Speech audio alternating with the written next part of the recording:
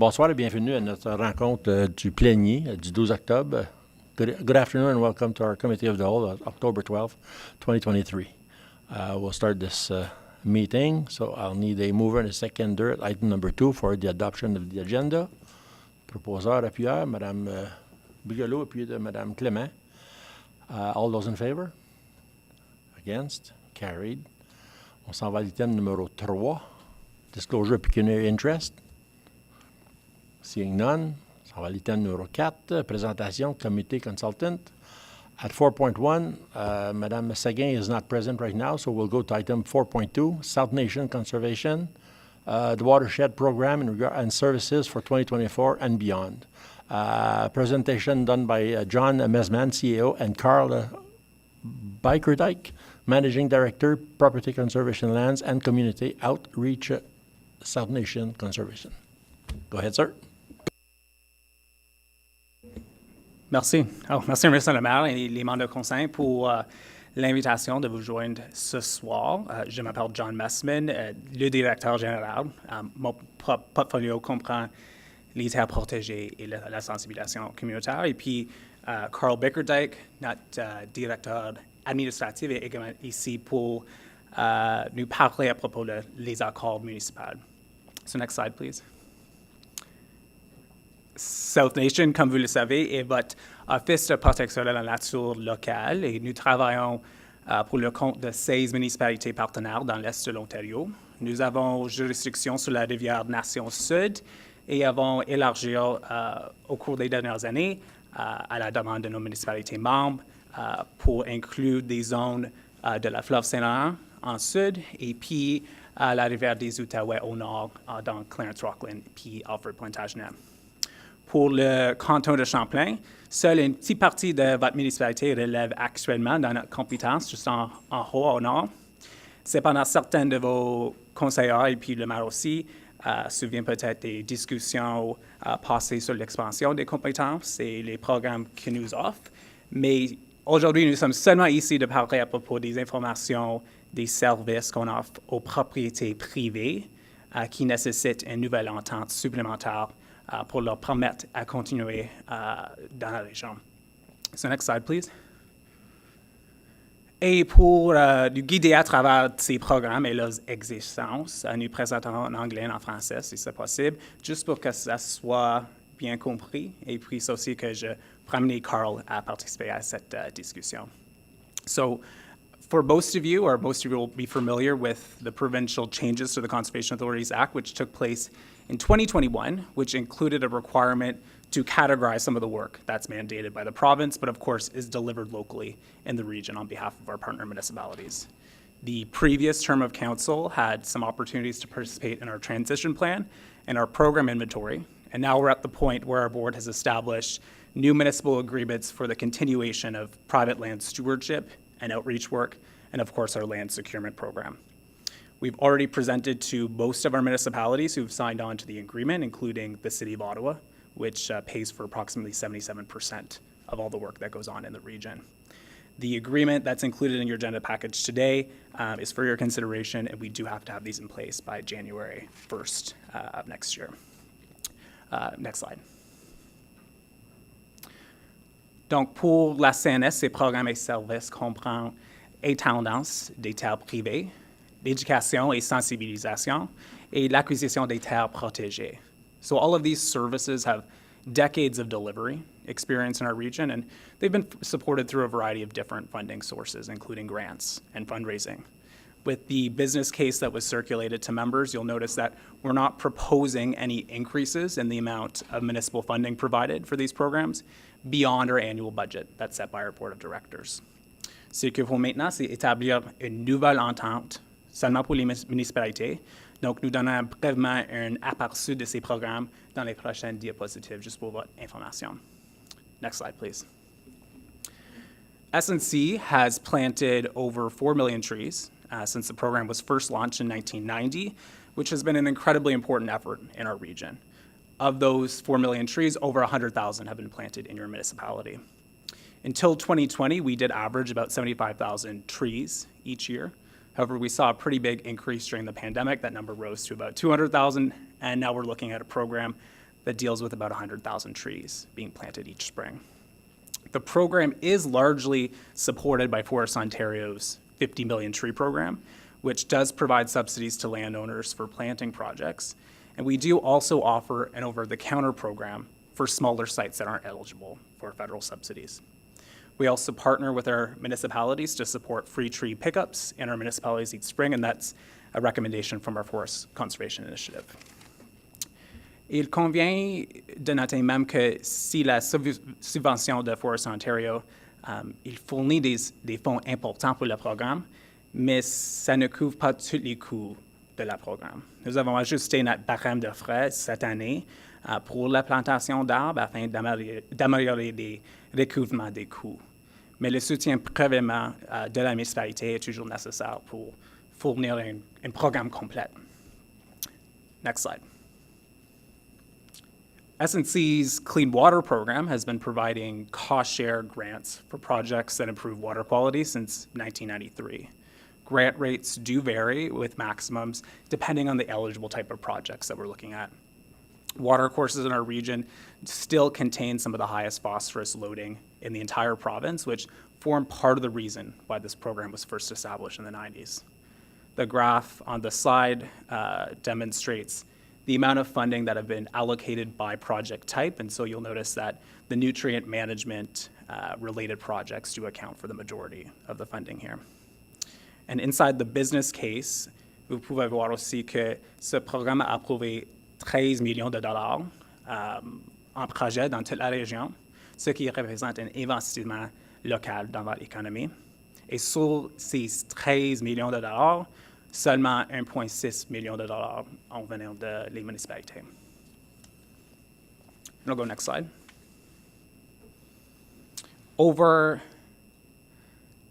80% of the land in Eastern Ontario is privately owned. And so we know that focusing our restoration work on public lands alone is often not enough to affect change at a watershed scale. And so we have a role here to help landowners, to empower landowners to be able to complete habitat restoration and biodiversity improvement projects on their property. And we've been incredibly successful in the last few years, and I would say the last few decades, at securing investments to undertake some of these projects in partnership with landowners. And in the last 5 years, we've been able to bring in over $500,000 to do some of that work. Comme vous pouvez le voir sur le graphique, le CNS mobilise plus de double de son investissement dans ces projets. So usually what happens is we're able to take $1 from the municipal levy that's provided and bring in an extra $2 from other sources to fund these types of projects. I'll go to the next slide. SNC's outreach work promotes environmental programs and services to help protect natural spaces, foster good landowner stewardship, engage the community on their local environment, and educate youth, our future environmental custodians. We do deliver these programs on a cost recovery basis through grants, fundraising, and user fees, but we do have a small portion of our municipal levy that supports some of the staff time for these programs, including some of the fundraising work that supports this work. La CNS aussi également a un budget de 10 000 $ par an pour les subventions environnementales communautaires. Et ces subventions fournissent 300 $ au groupe communautaire pour les aider à réaliser des projets tels que la plantation d'arbres, le nettoyage des rivières et des parcs, de tout le nom des pêches, des courses fluviales et des jardins communautaires, par exemple. I'll go next slide. Natural heritage lands are essential for maintaining biodiversity and ecosystem services that we all rely on. And so these lands are able to increase our adaptive capacity and resiliency to climate change and also reduce the impacts associated with natural hazards. They also provide really great quality recreational opportunities for our local residents and surrounding communities. And we've been buying land since 1960. Et puis nous travaillons ensemble avec des propriétaires fonciers pour disposer à acquérir les meilleures terres possibles pour la conservation. Nous possédons actuellement où on a des attentes ou des accords de garde sur près de 13 000 acres de terre dans la région. Next slide. Each potential acquisition is reviewed on a case-by-case basis, and that's based on the board's approved land securement strategy, which was recently updated this spring. It should also be noted that many of the lands that we own or steward are often donated by families to leave natural legacies on their behalf. La stratégie, il fixe des priorités d'acquisition, tout en garantissant le respect des 5 principes fondamentaux. Il s'agit des avantages environnementaux, sociaux et économiques, et puis aussi la protection des personnes et des biens contre les risques naturels. Et aussi l'emplacement géographique pour qu'on assure une répartition des avoirs dans toute la région. Next slide.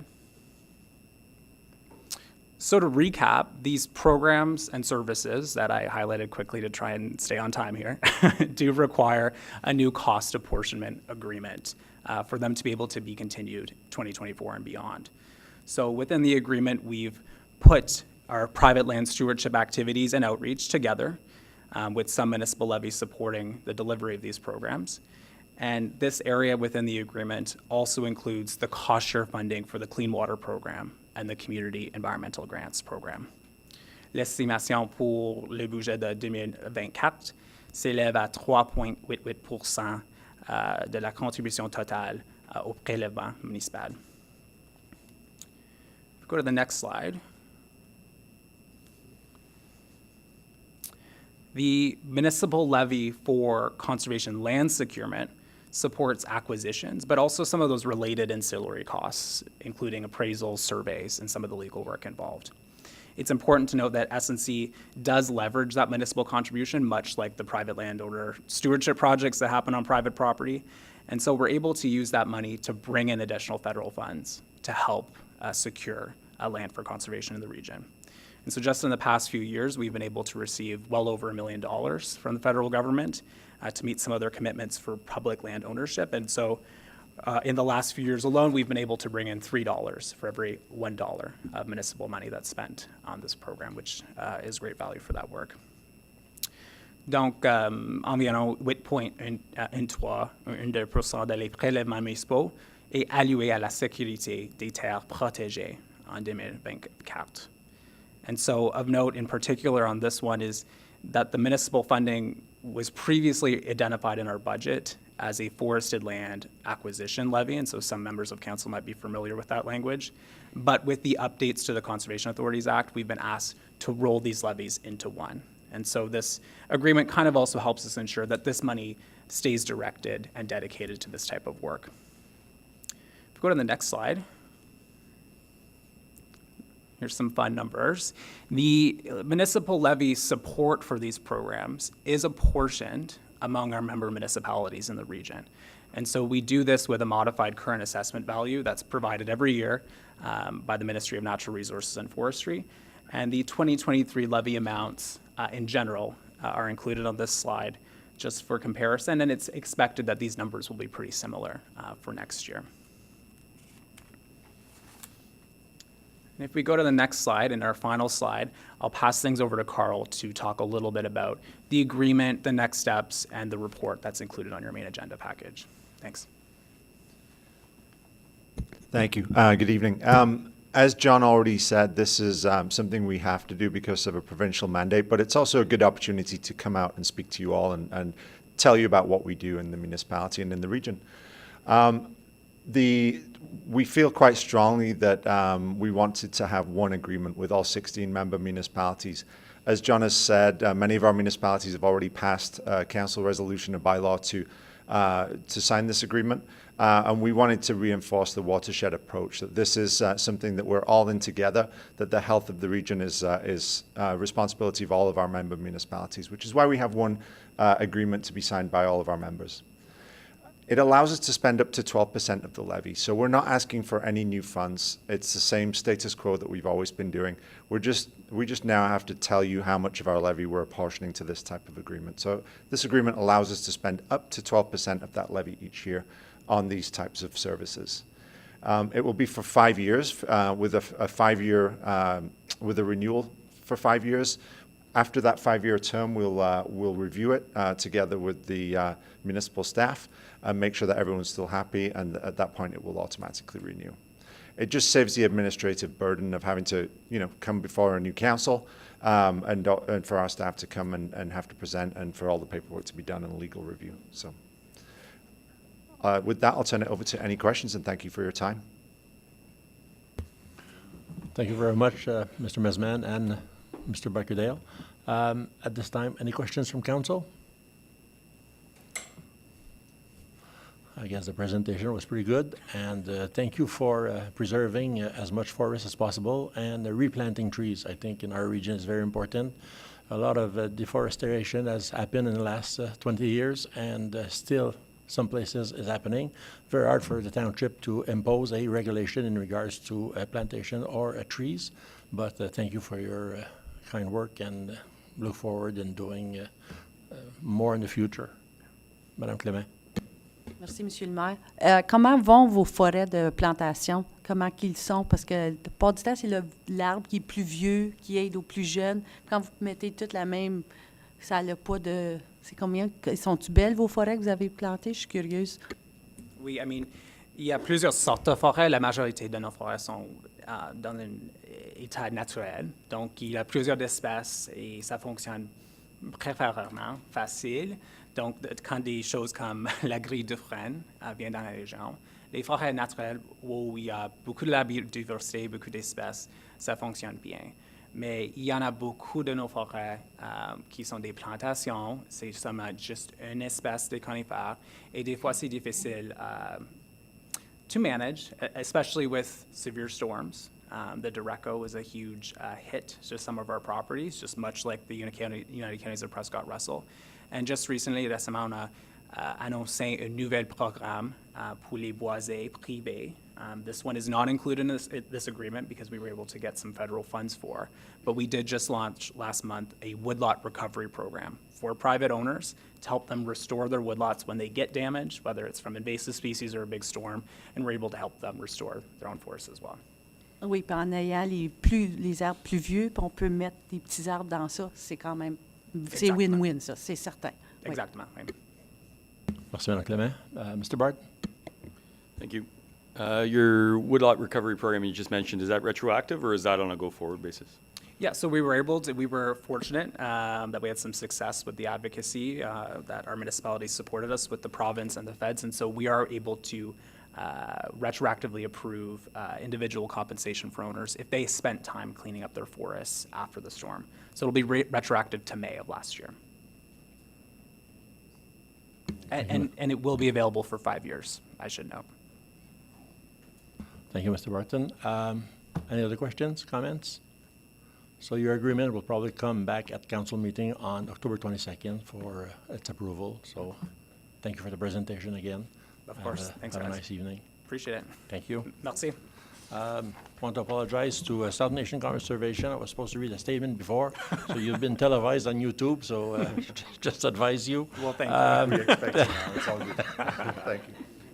So I just want to remind, I would like to take this opportunity to give a notice to the meeting participants and those present in the room that this meeting is being recorded and live streamed on YouTube. Je profite de l'occasion pour informer les participants à la réunion et les personnes présentes dans la salle que cette réunion est enregistrée en direct sur YouTube. Passons à la prochaine item qui est le 4.1. Je ne sais pas si Mme Séguin est présente. 4.1. Un toit pour tout ou pour tous. Prévention de l'itinérance dans Prescott-Russell. Présentation de Mme Nadia Séguin, coordinatrice de la stabilité du logement, services sociaux, logement, Comtés unis de Prescott-Russell. Bienvenue, Mme Séguin. Merci beaucoup. Je viens présenter pour notre by name list. Donc, c'est par rapport... Oh. Pas de problème. Oui, c'est dans le fond, c'est le gouvernement du Canada qui a demandé, plus précisément la province de l'Ontario, qui a demandé de pouvoir dénombrer les personnes qui sont itinérantes. Et puis, ils ont demandé que ce soit fait de façon journalière. Donc, je viens vous présenter ce qu'on fait dans les comtés unis pour Prescott Russell.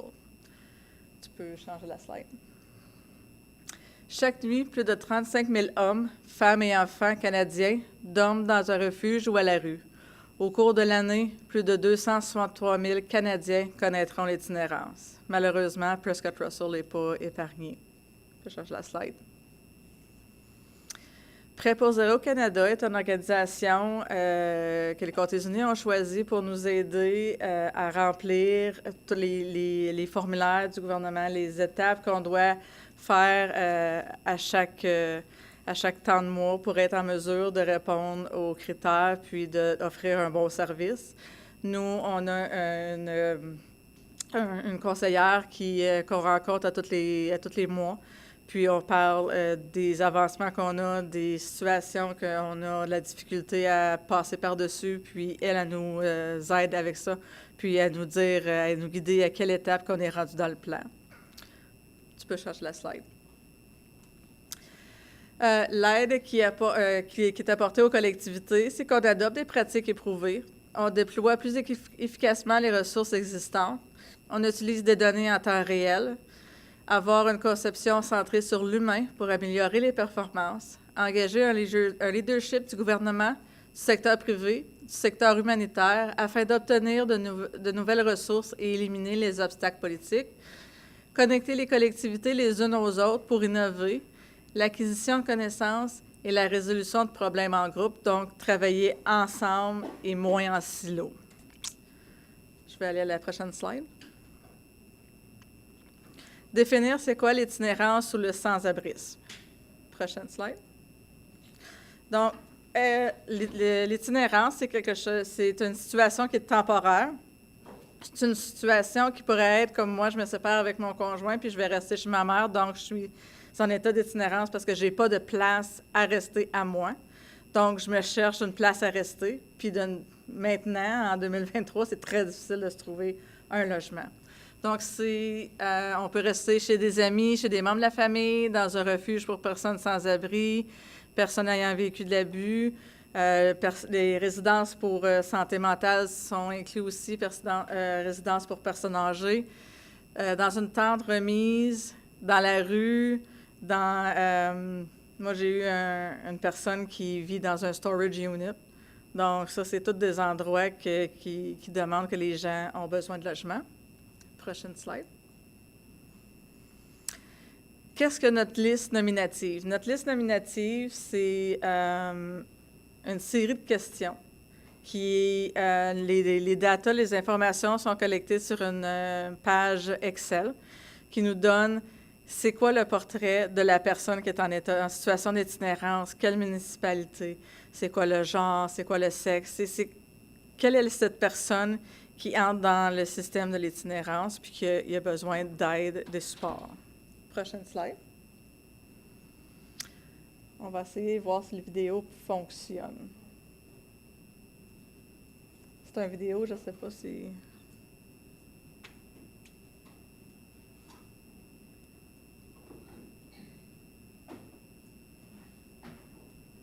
Ça fonctionne.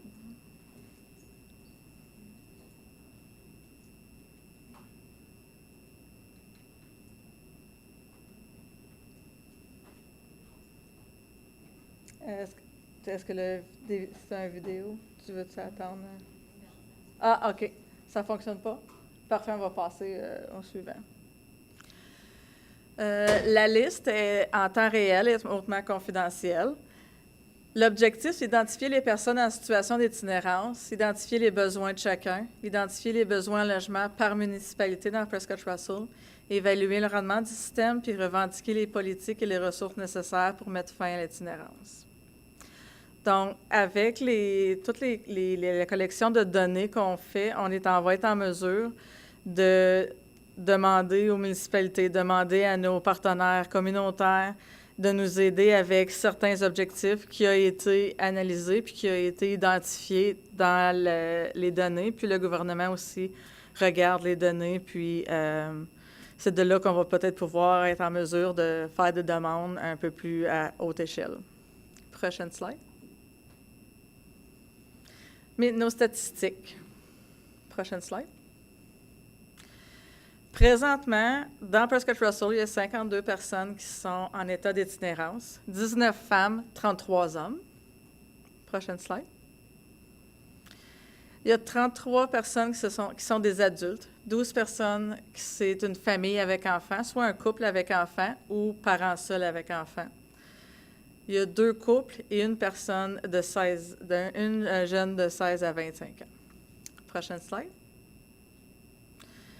Il y a 6 personnes qui habitent à Alfred Plantagenet, 3 personnes qui sont à Champlain, 5 personnes qui sont à Clarence-Rockland, 29 personnes à Hawkesbury, 3 personnes à Russell, 1 personne à la Nation, 4 personnes qui ont dû déménager hors Prescott Russell parce qu'il n'y avait pas d'endroit, mais qui veulent revenir. Donc, nous, on garde contact avec eux. Puis, il y a 1 personne qui se promène dans le comté de Russell, mais on n'a pas l'endroit exact. Prochaine slide. Il y a 14 personnes qui font du couchsurfing chez la famille, 9 personnes chez des amis, 4 personnes qui se promènent ici et là, des amis de la famille, 7 personnes qui sont soit en résidence pour personnes âgées, résidence pour santé mentale ou victimes d'abus. Les chiffres vont augmenter de cette catégorie-là parce que Maison Interlude vont nous partager leurs données. Donc, on va avoir un taux plus élevé parce qu'on n'a pas présentement les femmes qui sont en situation d'hébergement à Maison Interlude. Il y a 3 personnes qui sont tentes remises au storage unit, 9 personnes qui sont dehors dans la rue, 5 personnes qui sont présentement dans leur véhicule, puis 1 personne qui reste dans un hôtel-motel. Prochaine slide.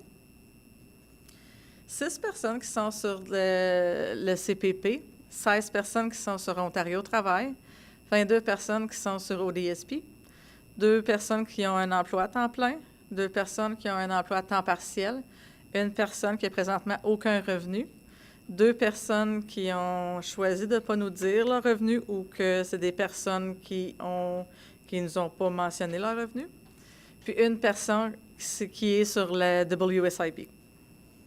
Prochaine slide. Les causes pour ceci, nous, on a 3 colonnes de causes parce que les causes qu'une personne peut être en situation de sans-abrisme peuvent s'interrelier.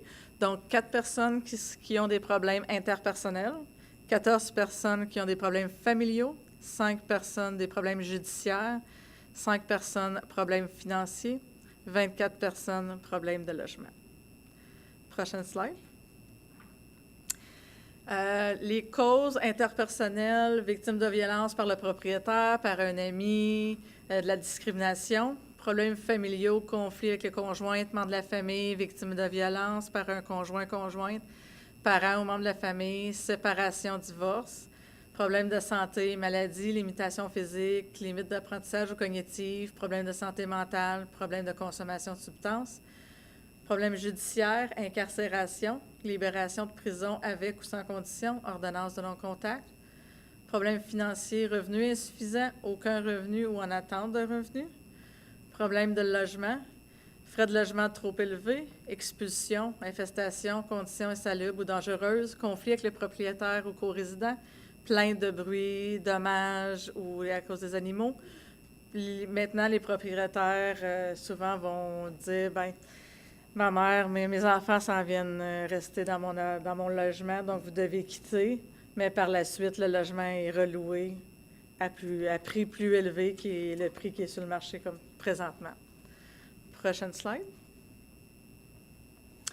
Mon rôle à moi, c'est un peu le même rôle que Manon. Manon, qui est ma collègue, elle prend toutes les demandes qui sont par téléphone, par courriel, par fax. Puis, elle contacte les personnes, fait le dépistage, et puis là, le travail commence avec la subvention logement subventionné, l'application Ontario Travail. Moi, mon travail, c'est plutôt sur le terrain, qui est aller voir que ce soit dans les forêts, les parcs, les ponts, en dessous des ponts, pour aller voir les personnes, leur demander s'ils veulent de l'aide, remplir, les aider à appeler leurs travailleurs, appeler Ontario Travail pour avoir de l'aide. Aussi, je fais de la sensibilisation, que ce soit avec les municipalités, avec les organisations. On a fait beaucoup de présentations. On a fait les municipalités. On a fait pas mal toutes les organisations là, sociales dans la communauté. On écrit un bulletin aussi, qui est un newsletter qui est mensuel pour donner nos chiffres, pour que la communauté reste dans le loop de ce qui se passe dans notre projet. On a fait aussi, souvent, je vais aller voir les personnes, on va jaser, on va voir. Ça prend du temps, ça prend la relation pour qu'une personne puisse s'ouvrir aussi. Prochaine slide. Donc, nous, ce qu'on préconise présentement, c'est l'aide avec toutes les organisations, qu'on puisse se connecter vite et facilement avec les autres organisations. Je pense à l'Association canadienne pour la santé mentale.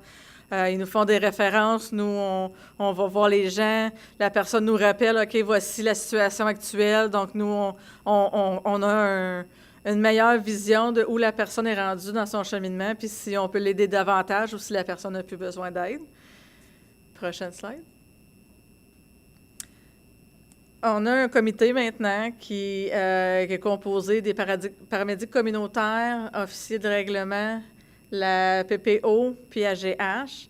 La PPO, c'est le MCERT Team, qui est Mario Gratton et puis Franz Neveu.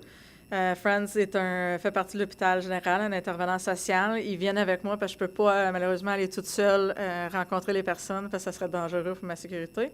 Donc, eux, ils viennent avec moi, ou bien il y a le service de crise qui vient aussi avec moi, les paramédics communautaires. On va sur le terrain, on va voir les personnes, on amène de l'eau, on amène du Gatorade, des care kits, on amène des cartes cadeaux pour de la nourriture. Les personnes qui ont des véhicules, qui ont besoin de leur véhicule, on peut apporter des cartes cadeaux, on a des bottes, des manteaux, des tucs, des mitaines si jamais les personnes en ont besoin. On a aussi, parfois on peut payer le taxi pour se rendre, comme si quelqu'un sort de la cour. Il est relâché de prison, puis comme on a eu un qui était à Peterborough, donc pour ne pas qu'il soit itinérant ici puis qu'il puisse s'en retourner dans sa communauté, on a payé le taxi puis l'autobus pour qu'il puisse se rendre dans sa communauté. On a aussi quelqu'un qui avait une entrevue, mais que malheureusement, il couchait dans sa tente dans un bois, donc on l'a logé au motel à Hawkesbury, puis on a payé pour qu'il puisse laver son linge. Il a eu une bonne nuit, puis il s'est trouvé un emploi le lendemain. Donc, c'est des choses qu'on peut faire. C'est des petites choses, mais ça peut aider quelqu'un à avancer dans son cheminement là, par rapport au logement puis le travail. Prochaine slide. Le processus de référence. Prochaine slide.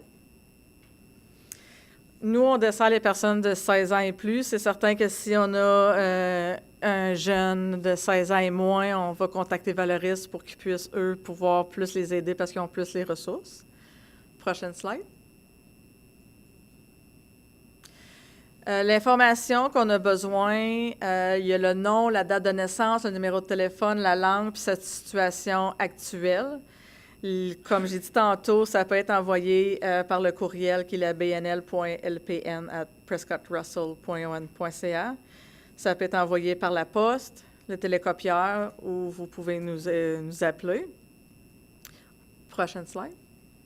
Ça, c'est le document qu'on envoie aux organisations pour qu'ils puissent nous faire la référence. C'est certain que si la personne habite dans la rue, ça serait bien de nous donner un peu l'emplacement lequel la personne se situe, parce que comme c'est là, on va à Rockland parce qu'il y a une personne sans abri, puis on la trouve pas, malheureusement, parce qu'on ne sait pas de quoi qu'elle ressemble.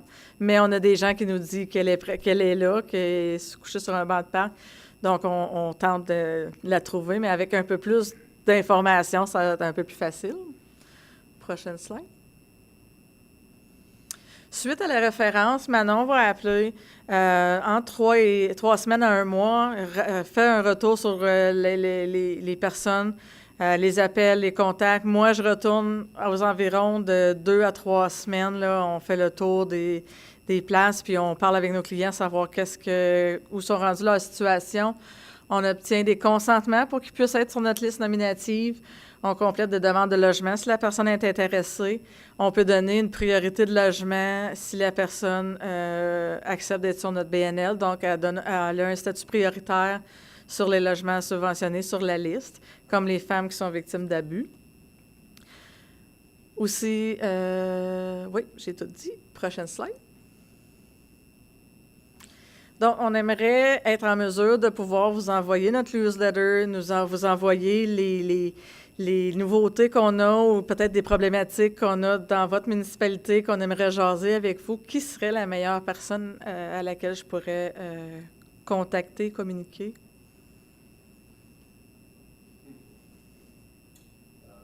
On peut s'en reparler aussi. Excusez, peut-être notre greffière, puis elle pourrait peut-être vous rediriger à la personne plus qui s'occupe de ce domaine-là ou qu'elle en prendra charge. Mais on n'a pas un département spécifique qui touche à ce sujet-là. Parfait. Merci beaucoup. Prochaine slide. Avez-vous des questions? Commentaires? Questions? Any questions? Madame Seguin, ma question, moi, c'est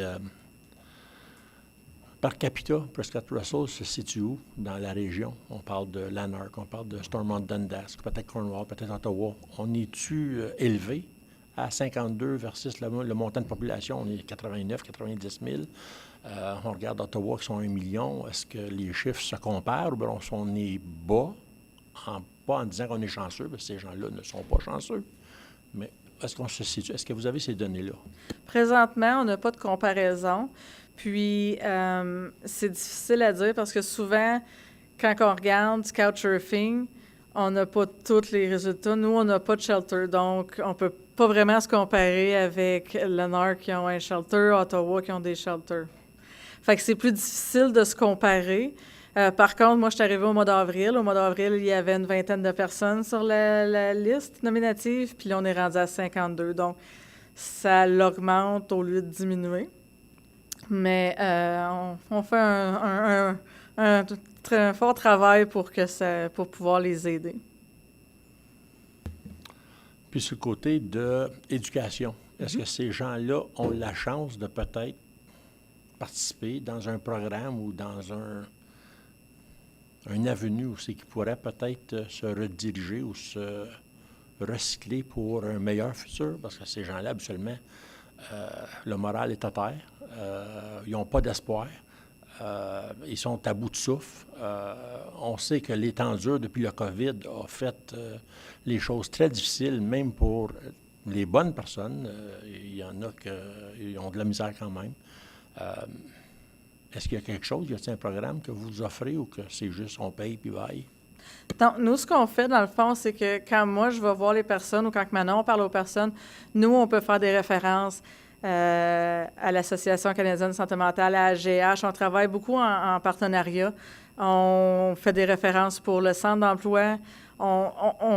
C'est pour ça que quand je dis que la communauté, on doit tous se rapatrier ensemble, c'est exactement pour ça, parce que tout le monde a sa spécialité, puis tout le monde a leur propre programme. Donc, c'est de là que je vais reach out pour aller chercher le bon programme qui peut les aider. Comme il y a certaines personnes qu'on a proposé des résidences en santé mentale, ça a été accepté. Donc, c'est environ 5 à 7 personnes là, qu'on ait pu les loger immédiatement quand on a eu l'appel. Puis de là, ben moi, je continue d'aller les voir au service de la crise pour la santé mentale, toxicomanie. Fait qu'ils ont quand même un suivi s'ils l'acceptent parce que c'est volontaire aussi. Monsieur Burroughs.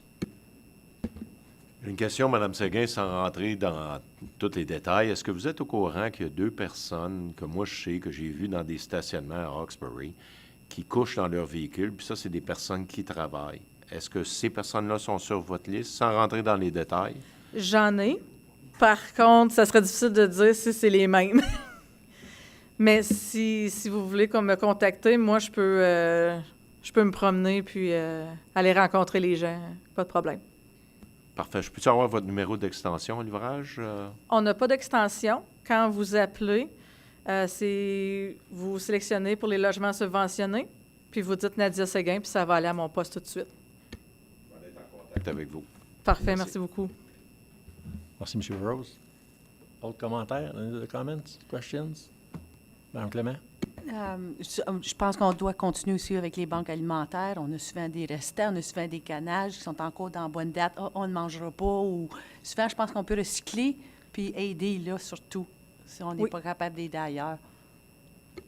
Oui, on a été voir les banques alimentaires. Ils participent super bien, que ce soit pour il y en a qui ont des vêtements, il y en a qui ont des ustensiles, comme il y a quelqu'un qui est rendu en appartement, puis quand j'ai envoyé ma petite liste, là, les boîtes étaient faites quand je suis arrivée, puis non, c'est vraiment une super bonne ressource. Madame Seguin, bonne chance dans votre futur. Ce n'est pas un travail léger, c'est un travail lourd. C'est des gens différents, spéciaux. Oui. Je vous souhaite bonne chance. Puis merci beaucoup de la présentation. Puis en espérant que la municipalité, s'il y a de quoi faire, ben, on pourra être d'assistance pour les comtés unis Prescott Russell. Merci beaucoup. Merci beaucoup. Passez une bonne fin de soirée. À vous aussi.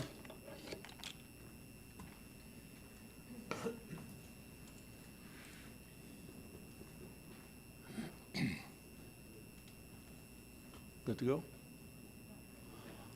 On va prendre un temps d'arrêt de 5 minutes. On va vous revenir.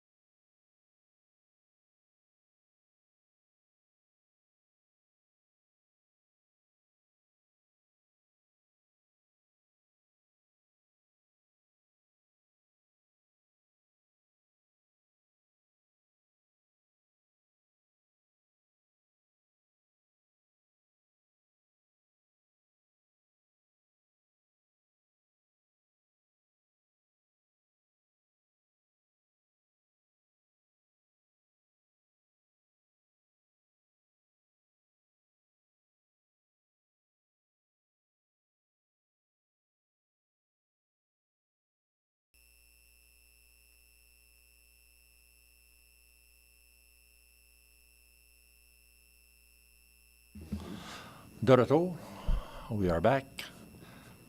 Item number 5, daycare services. 5.1, Administration Report ADM-2023-01. On est aussi présent avec nous M. Martin Lavigne, surintendant Business and Treasurer, conseil scolaire du district catholique de l'Est de l'Ontario, est aussi présent avec nous. Bon après-midi. Monsieur Tessier, concernant le rapport ADM 2023. Donc, excusez, Monsieur le maire. Bon après-midi à tous. Essentiellement, moi et Monsieur le maire, on a assisté à la rencontre avec les parents au gymnase à Saint-Grégoire le 28 septembre. Il y avait des représentants de l'AFCO, comme mentionné dans le rapport, ainsi que du conseil scolaire, le CSD-CEO. À la toute fin de la rencontre, l'audience a fait 4 requêtes. Ils ont fait une demande à ce qu'on repousse la date du transfert jusqu'au mois de septembre 2024. Ensuite de ça, ils ont demandé à ce qu'on repousse le transfert jusqu'à temps qu'il y ait un plan de transition pour avoir accès à un service parfaitement bilingue au niveau du service de garde. Ensuite, ils ont aussi demandé est-ce que le nouveau fournisseur pourrait offrir le service complètement de façon bilingue. Et ils ont fait une requête aussi pour qu'on assiste financièrement là, les éducatrices ou autres. Le canton de Champlain a aussi fait 2 demandes au conseil scolaire. On a demandé qu'il clarifie l'approche de la FCO concernant les enfants avec des besoins particuliers. Et aussi, on a demandé à ce qu'il clarifie la position concernant le service qui était pour être fourni dans les 2 langues, essentiellement. Des 6 demandes qu'on voit ici présentes, il y en a 5 qui appartiennent au conseil scolaire, puisque c'est pour le nouveau fournisseur de services. Le canton de Champlain n'a aucune autorité sur le prochain fournisseur de services. Donc, c'est pour cette raison que j'ai envoyé les demandes au conseil scolaire à M. Martin Lavigne, surintendant des affaires et trésorier du conseil scolaire. J'ai reçu sa lettre qui était mise en pièce jointe au rapport concernant les différentes requêtes. Ça, c'est concernant les requêtes. M. Lavigne va en discuter tantôt. Ensuite, mon rapport, on discute au niveau de l'expansion à Saint-Jude. J'ai eu d'autres discussions vendredi dernier avec le fournisseur de services ainsi que les comtés unis de Prescott-Russell. Puis, la date du 1er janvier, comme je dis, elle n'est pas garantie, mais c'est une date qui est réalistique pour ouvrir le nouveau service de garde à Saint-Jude et faire une expansion, autrement dit. Le fournisseur qui va prendre en charge Saint-Jude, qui est différent, vient juste de passer à travers une expansion. Là. Dans le fond, c'était une accréditation d'une nouvelle bâtisse qui était utilisée comme salle communautaire. Donc, ils ont été capables de faire ça en 3 mois. Le canton de Champlain, pour notre part, c'est essentiellement une lettre de zoning. Ça a déjà été fourni. L'application est dans le système, puis ça va être dans les mains du ministère sous peu. Donc, essentiellement, le délai il est réalistique, mais ce n'est pas garanti. Et pour ce qui est de l'assistance financière aux employés ou autres, comme j'ai mentionné à l'audience, c'est un sujet qu'on ne peut pas discuter sur la place publique. On va avoir une rencontre ensuite en huis clos, suite à la rencontre que nous avons présentement. Et cet item-là est sur l'agenda. C'est tout ce que je peux mentionner par rapport à ça. Donc, maintenant, M. le maire, je laisserai la parole à M. Martin Lavigne pour la lettre qu'il nous a fait parvenir. Le canton avait fait une traduction là, rapide. Donc, M. Lavigne. Donc, bonjour et merci de me donner l'opportunité pour présenter la position du Conseil en lien avec le transfert des services de garde.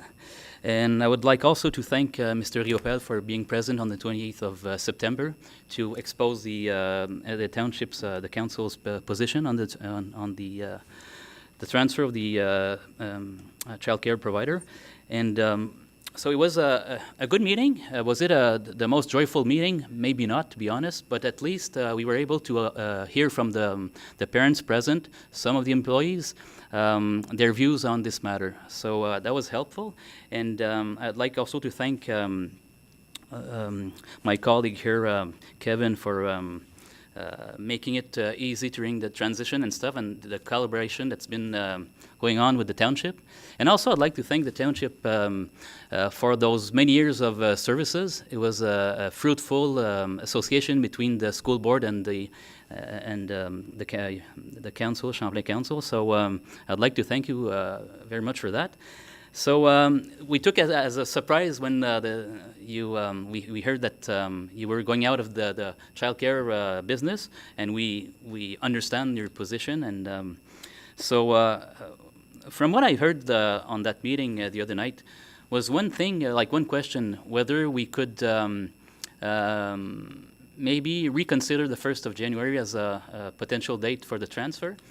And we and the board gave it a much thought, and but what is at stake here? It's not an easy question to answer, because of course we'd like to accommodate this demand, but when we consider how what it implies, it's like it's two sites, and it's we have around 75 childcare. Children are childcare for L'Orignal and Ventliquille, and also not to forget the before and after school programs were run by by Champlain. So to extend this the date, let's say 3 months, 4 months, whatever, that would put a big risk on the continuity of operations, since who can guarantee us that in 6 months, there will be a child care provider that will be able to take on those two child care centers. So that's too much of a risk, because under the Education Act, it's the school board responsibility to offer the before and after. So, and we know in our schools that it's almost impossible to have two child care providers, one for the before and after, and the other one for the 0 to 3 years and 8 months. So that's why we said, no, we'll stick to the plan. I think it's a good plan, and it will reduce the anxiety and the uncertainty in the transfer. So basically, that was the board position. Of course, our position would be, we say we cannot live in the past, but we would like to continue with you guys anyway.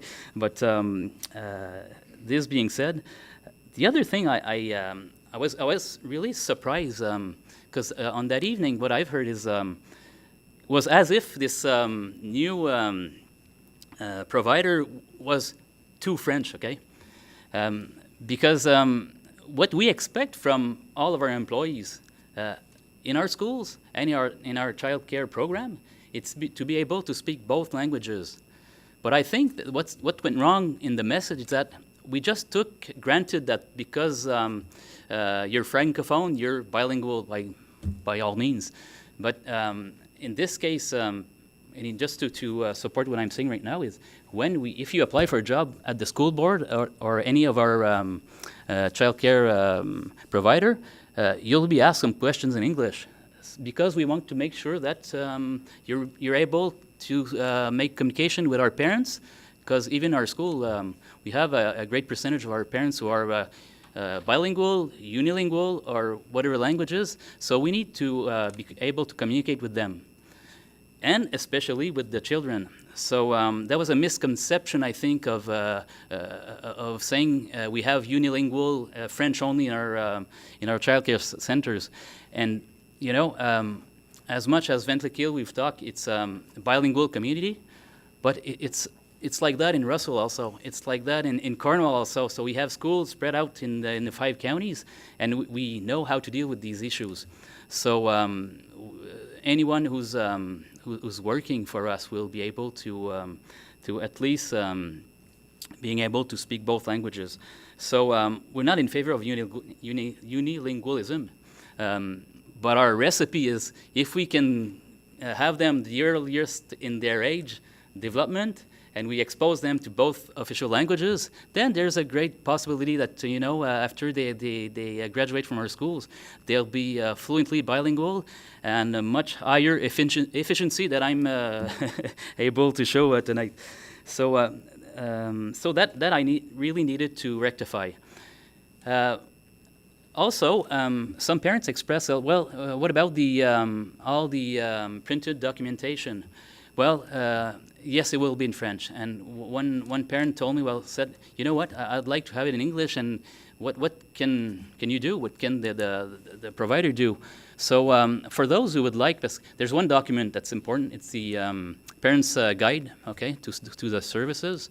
So the provider is also going to invite those parents who would like to have a translation. There will be a meeting for those parents who would like to have the parents' guide translated. But anytime a parent would like to speak with one of the employees, it will be in the language of preference of the parents. That's the way we do our business in the board. And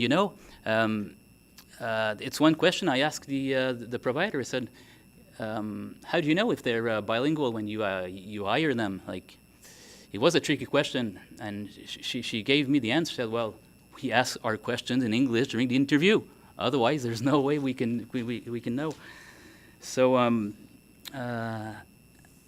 and also, the board had a transfer from one supplier to another was last year.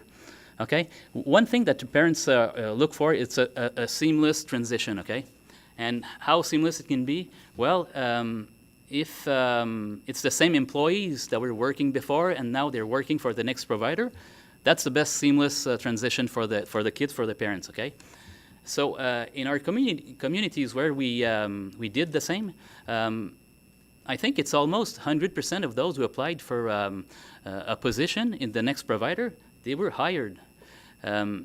So on the 2nd of January, there shouldn't be much change for the parents. Okay, so I think that this is important to say. So we invite all these educators to apply for a position, and of course there needs to be a legal process to hire them because it's a different organization that we know. And so basically, Mr. Mayor, that's the board's position. So we hopefully it will be a seamless transition, and we're always working together, the school board, the council, Champlain Council, and the provider. So that will remain until there's a full transfer of the operations between the two entities. Thank you. Merci beaucoup, M. Lavigne. Thank you so much. Pour professeur en français, votre anglais est très bon. Donc, merci de la présentation qui a été faite en anglais. So, I just want to say that your English is very good. On a deux volets. On a le volet du rapport de M. Tessier et on a l'explication de l'école francophone concernant ce que M. Lavigne vient de nous expliquer. Sur ça, le Conseil a le droit de commenter ou de questionner. J'ai vu que M. Barton avait déjà la main levée. M. Barton. Thank you. Kevin, I believe a number of the concerned parents here tonight are based on the unilingual issue that I appreciate Mr. Lavigne spoke to. Could you maybe reiterate your information that you provided initially to the one question that you wanted to answer? Could we repeat that in English for our friends in the back that maybe didn't fully comprehend what was said there? The request made by the audience on September 28th? Yeah. I think you wanted to speak to one, right? I want to speak. You would answer one question, you said? Yeah, I said, about the financial support to the educator. It will be discussed in camera, like I said at the meeting last night. I cannot discuss it in public. It's in regard to employees, and we have a meeting, an in-camera meeting after this meeting. It's on the agenda, so. Is the only one? Okay. Is there any of that other information you provided at the outset that you wanted to provide in English to make sure everybody was aware, or no? I think I believe Mr. Lavigne covered it, but I can do it again if. Saint-Jude. So I had a discussion with the next service provider and the United Counties of Prescott-Russell. I cannot guarantee that we will be able to expand the service on January 1st, 2024, but it's a realistic date. The service provider did an expansion, actually a new accreditation for a building that was used as a community center. It was not even close of a daycare service. And at St. Jude, we already have a daycare service. We don't need to carry out major renovation on the school or on the building. We have the space, we have everything. The school, the township had to supply a planning zoning letter, and it's already done. It's in the system. So basically, we aim the January 1st, 2024, but we cannot guarantee it. And it's realistic, according to the new service provider and the counties. It's doable. It's doable, yeah. Follow-up, Mr. Barton, or I go to... No, I'm trying to think. I was taking diligent notes there, but St. Jude's, did we miss any other issues there?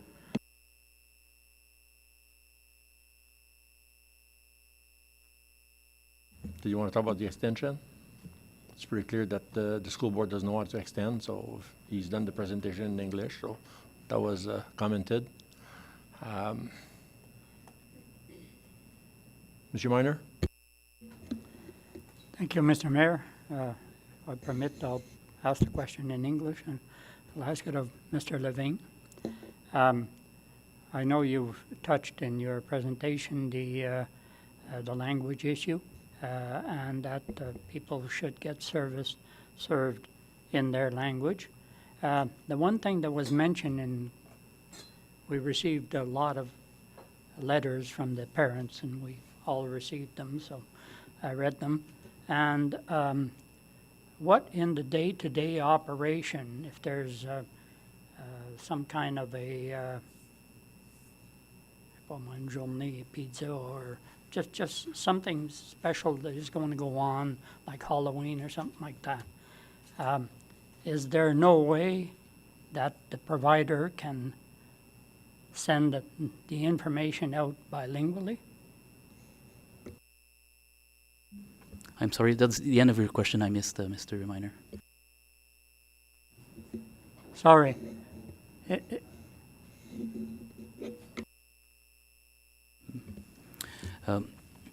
To answer this question, like all documentation will be in French.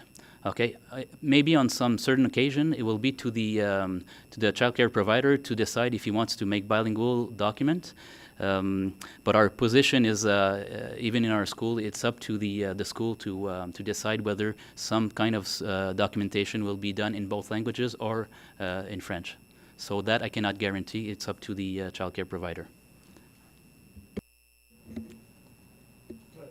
Thank you. But you do say that it's possible. The school board is not saying no documentation in English. No, not at all. Like I see in some of our schools, like in Cornwall, I believe some school principals, sometimes in some more critical kind of information, they want to make sure that there's no translation that falls in the cracks. So on certain occasion, certain documents, they'll be they can provide in both official languages. If I understand right, especially if there's anything about safety or something like that, or hours changes, or I would expect that they would do it in both languages. Yes, of course, especially let's say for kids who are with special needs. Okay, so that's there will be those meetings are done in both languages. Well, in the language of preference of the parent. So if it's English, that's fine. If it's French, that's fine too. Madame Bigelow. Thank you, Mr. Mayor. Thank you, Mr. Leving, for your presentation discussion. I do have some questions. I guess from the September 28th meeting, there was some things that were discussed that were even a surprise to some of us. So today you said that obviously the best transition for the children is obviously to have the same employees, nothing changes for the children. My question is though, and I guess maybe Director of Daycare Services, Erica, could help us out with this as well. There are some employees, I believe there is one lady who works there where English is not her first language, therefore French isn't even a language that she speaks or understands. All of her documents were in French. Going forward, obviously she can't speak the language, so does that mean she no longer has a job? I believe that there's a lady that works in the kitchen as well who, I don't know how much interaction, Erica, that she would have with Mr. Mayor, I'd like to point out that would be an in-camera issue if we're talking about a particular individual. Okay. That can be identified.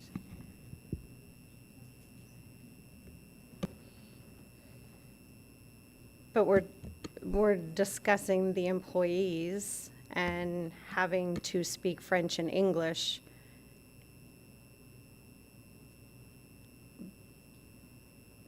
So the question would be, if there's a sole person that speaks English only, will they be hired? That should be the question, and not identify that person specifically. We're talking in general.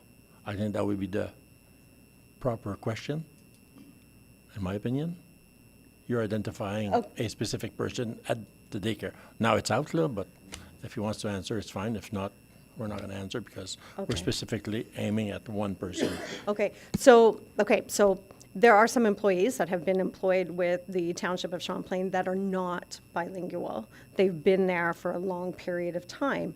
These children see the employees. They've been there. My children went to the daycare. They're 19 and 17 now. It's a lot of the same employees.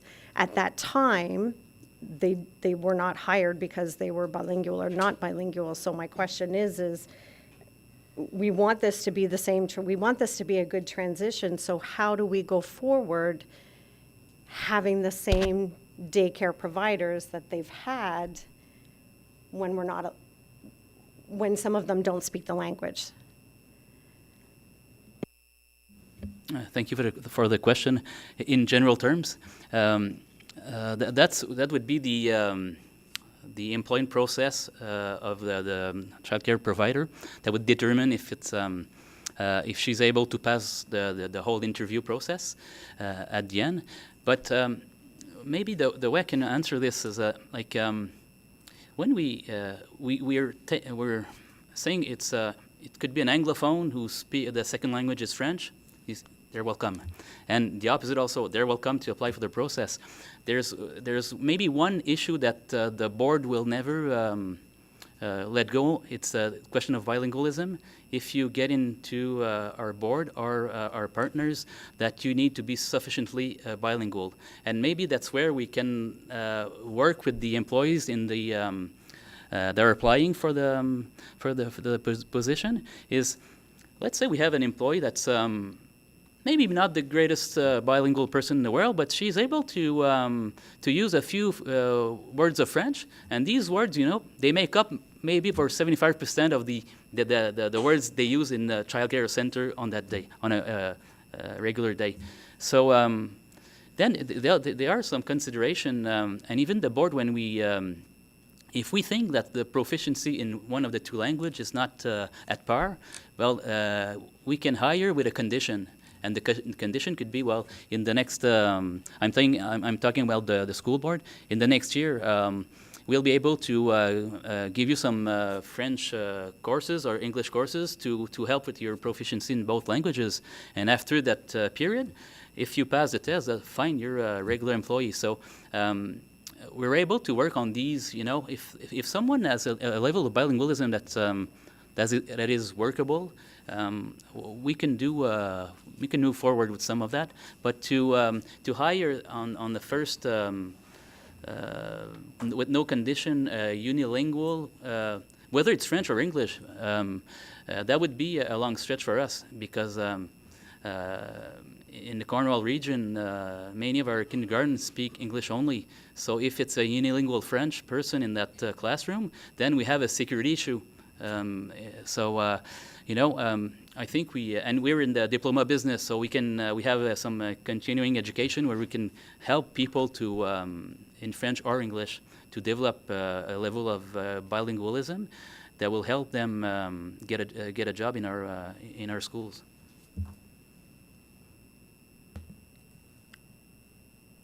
Is that fair? You have a follow-up question? Mr. Duval?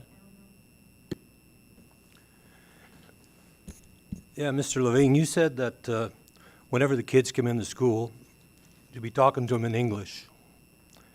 Both my kids went there. Now they're 40 years old, but they both went to the nursery school in Vanderkill. But I'd like to bring up, like you'll talk in English when they come in. But if there's something that has to be done, you'll send a note in French.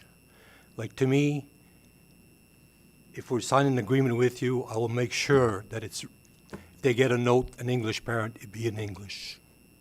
L'Orgnal, we don't have that problem because it's all French in L'Orgnal. We're very French, and we don't have that problem. But in Vanderkill, it's always been English and French, and it's not going to change now. The question is?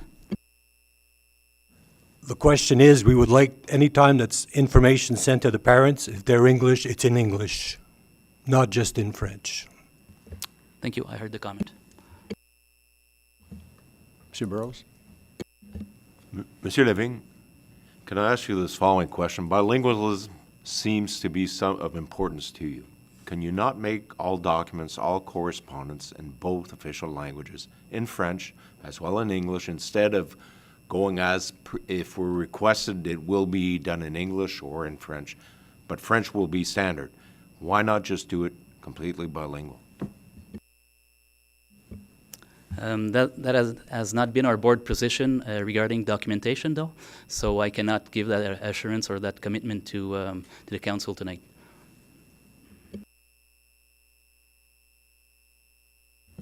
Mr. Barton? Thank you, Mr. Mayor. Mr. Duval, I'd like to point out that I attended daycare there as well, so not only your kids, but I guess they're almost as old as me, so or as young as me, however that goes. Mr. Levang, I appreciate your comments again.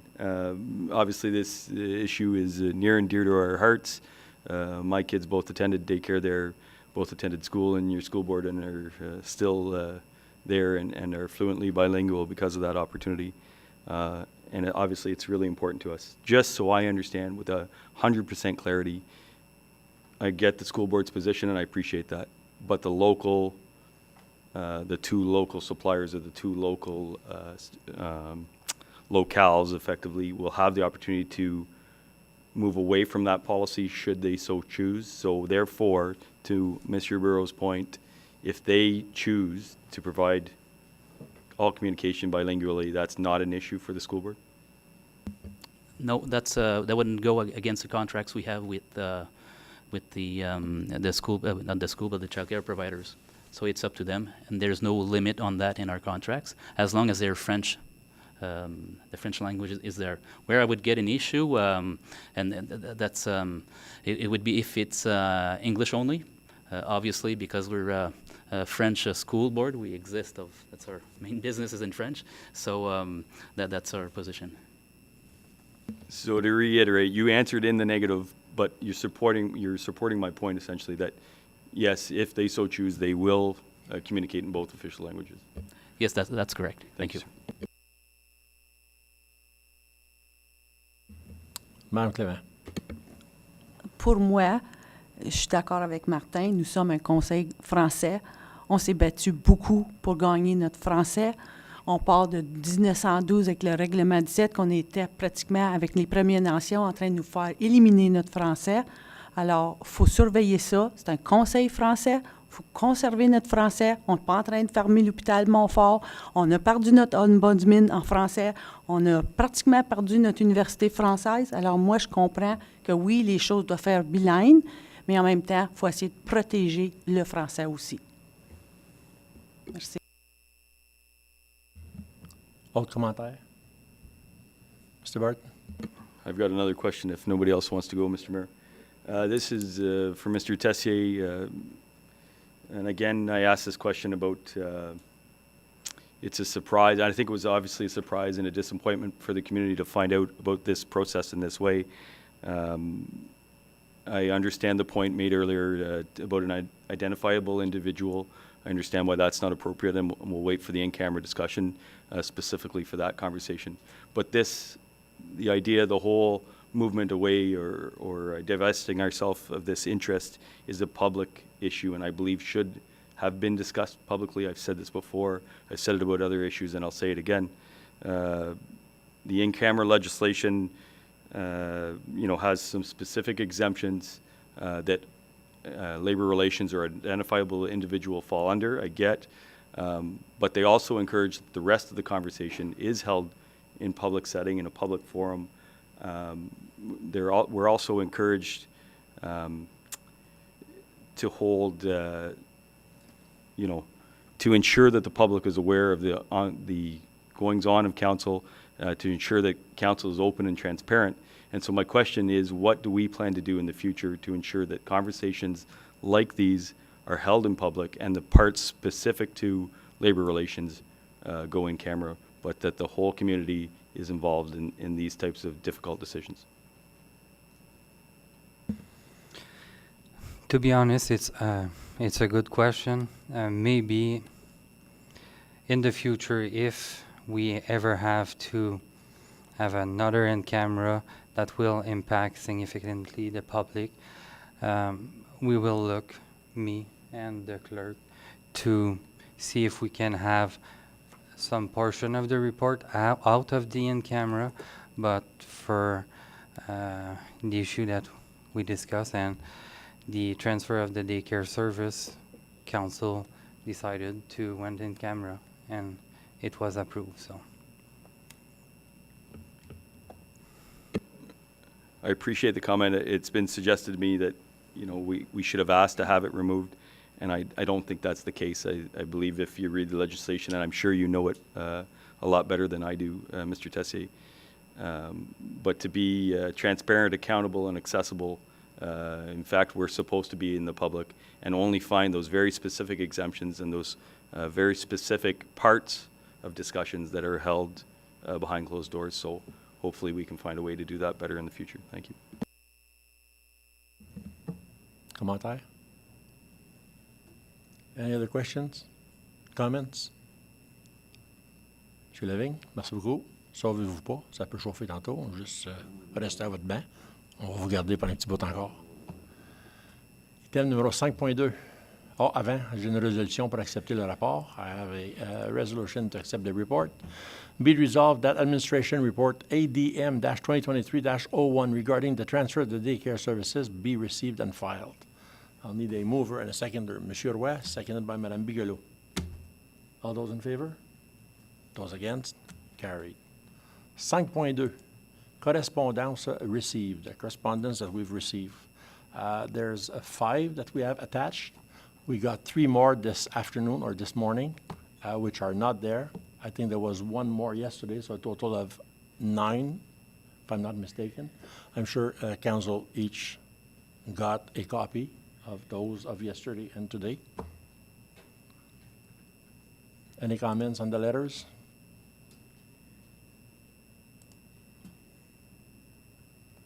Monsieur le Minor?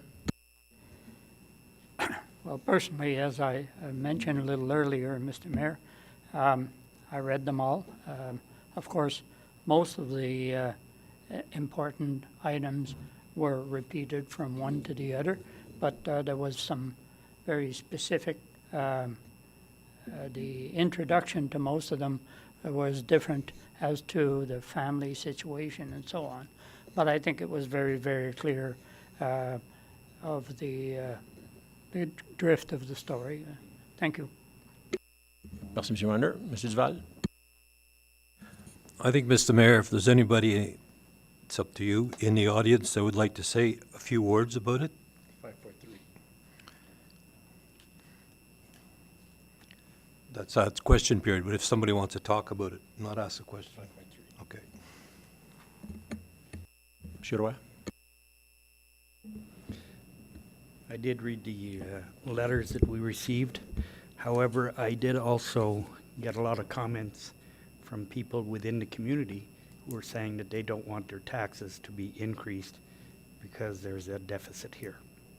So there's always two sides to a story, and we're maybe just getting one side here right now. Merci, M. Roy. Madame Bigelow?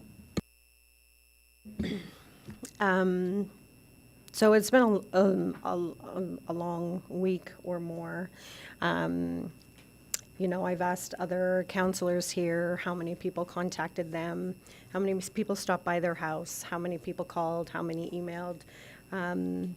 I can no longer count on two hands how many people have stopped at my house when they've seen me bring groceries in and different things like that. I understand the whole timeline thing, the timeline of December 31st. The transition will be smooth as long as, you know, the employees are the same employees, the children aren't going to notice a difference and stuff like that. But I still feel that there's a disconnect between what's being said and what's going to happen, and I think that there still needs to be a bit of clarity on that. We weren't there on the September 28th meeting. There was a lot of things that were said at the September 28th meeting. You know, it was council that voted on this. It was council who decided. It was council. And I think there was the whole thing with the St. Jude, that was not something that we knew about before, you know, the next day. It was something I didn't know about. It was something that we've had to look into. I'm glad going forward that there is the possibility of that. 16 preschool kids, 26 kindergarten kids, which is 42 kids in total. That is going to be an excellent option if it does go through. So I'm hoping that, you know, we can push that forward. It was a surprise. So there was a lot of things that happened when we were here at our council meeting and the September 28th meeting. You know, that was a surprise to all of us as well. So I'm hoping that we can somehow fix that disconnect of everything that's happening right now. I think a lot of the parents, you know, staffing is a concern, and staffing should be a concern, and staffing is a concern for us as well. So just know that, you know, we're trying to fix that disconnect, and hopefully, you know, we can get some things resolved and stuff like that. So I appreciate your comments, Mr. Living, and I hope going forward that it will be an easy transition for all of the kids and all of the employees and parents. But yeah, there's been a lot of outrage. There's been a lot of visits to my house, lots of text messages, emails, and you know, I'm hoping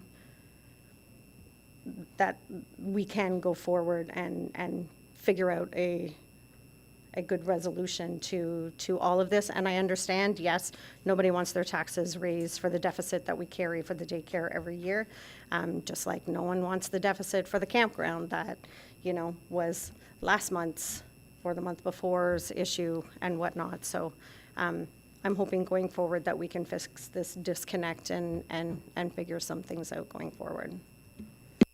Thank you, Madame Bigelow. Before I go to Mr. Barton, Monsieur Tessier, dans le rapport, in the report, it says, well, and the reason why the background in regards to who we report, Health Unit, School Board, United Counties Prescott Russell, and the Ministry of Education. Will the new provider that's going to St. Jude will need approval of these 4 boards or 4 people? I know the school board will accept them in.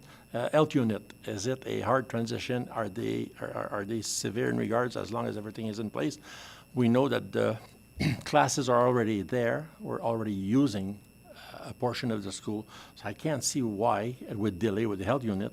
United Counties Prescott Russell, I believe you had a conversation with them. They're on board. They're supporting les petits trésors. There we go. Il reste juste le ministère de l'Éducation. I think if you have les petits trésors, health unit, and United Counties of Prescott Russell and the school board pushing towards the Ministry of Education, I think the transition would be fast enough. C'est-tu le point? That's the point, yeah.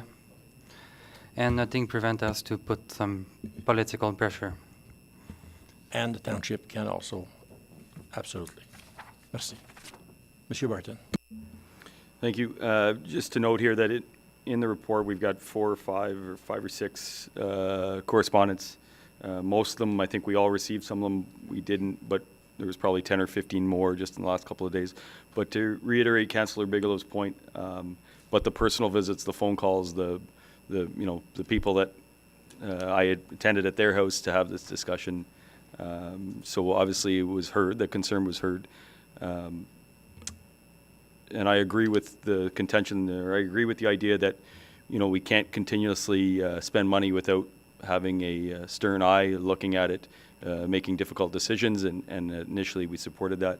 But I agree with Councillor Bigelow that some information has changed, and I'd like to, point out for the group in the back that there will be continuing discussion on some of these matters that we unfortunately can't discuss in public, but we will get the opportunity to discuss tonight behind closed doors. So there's more than just shows up here. I think most of the council is aware of that, but the personal and individual stuff that probably a lot of us got is a lot more than just what appears in the correspondence. Thank you, Mr. Barton. Go ahead, Madam Bigelow. How many, just going back to the St. Jude's, the one that we're trying to pass, with the preschool kids, and so it was 42 kids. How many kids right now, Erica, are at St. Gregoire?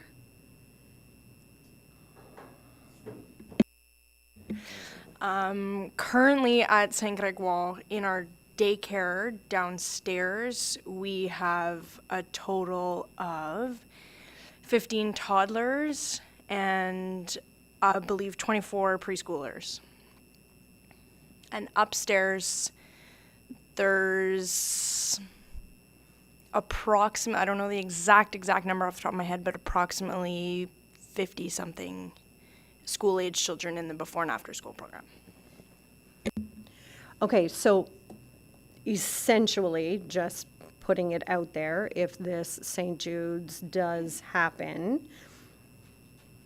there's 39 kids, say if they are all English kids, in the downstairs, that potentially they could move to St. Jude's, because St. Jude's would be opening up 42 spaces? 16 toddlers. I don't have the 16 numbers. preschool, 26 kindergarten. So she said there was 15 preschool, 24. Only 15 toddlers. Oh. As to my knowledge, they're not applying for toddler-age children at St. Jude's. Okay. So I just assumed your 15 toddlers was preschool, but that's not the case. Okay, perfect. Thank you. Any other comments? Questions? Good. I do have a resolution in regards to the correspondence that we've received. Be it resolved that the correspondence received with respect to the daycare services be received and filed. Mr. Duval, seconded by Mr. Minor. All those in favor? Those against? Carried. S'en va à l'item numéro 5.3, question period. Now I will get the public in the audience to, if they have questions concerning tonight's Committee of the Whole in regards to not employees, not salaries, you're more than welcome. I'll need you to come forward at the podium, ask your questions. Please give your name and just press on the button so that the microphone goes on, please. Thank you.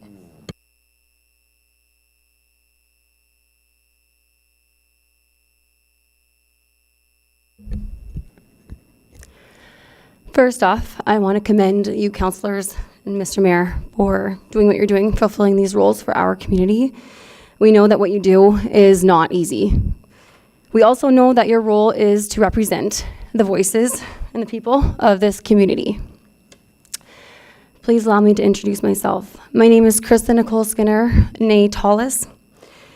I am a bilingual mother to a 3-year-old son who currently attends Champlain Daycare Services. I also have an infant son who is here just in the hall, who is on the wait list enrolled to be in the daycare.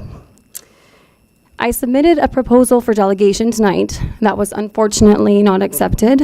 However, I was granted the opportunity to ask these questions during this question period, which is great. Many parents have appointed me to speak on behalf of the families tonight, as 4 p.m. is not an easy time for many parents to attend this meeting tonight.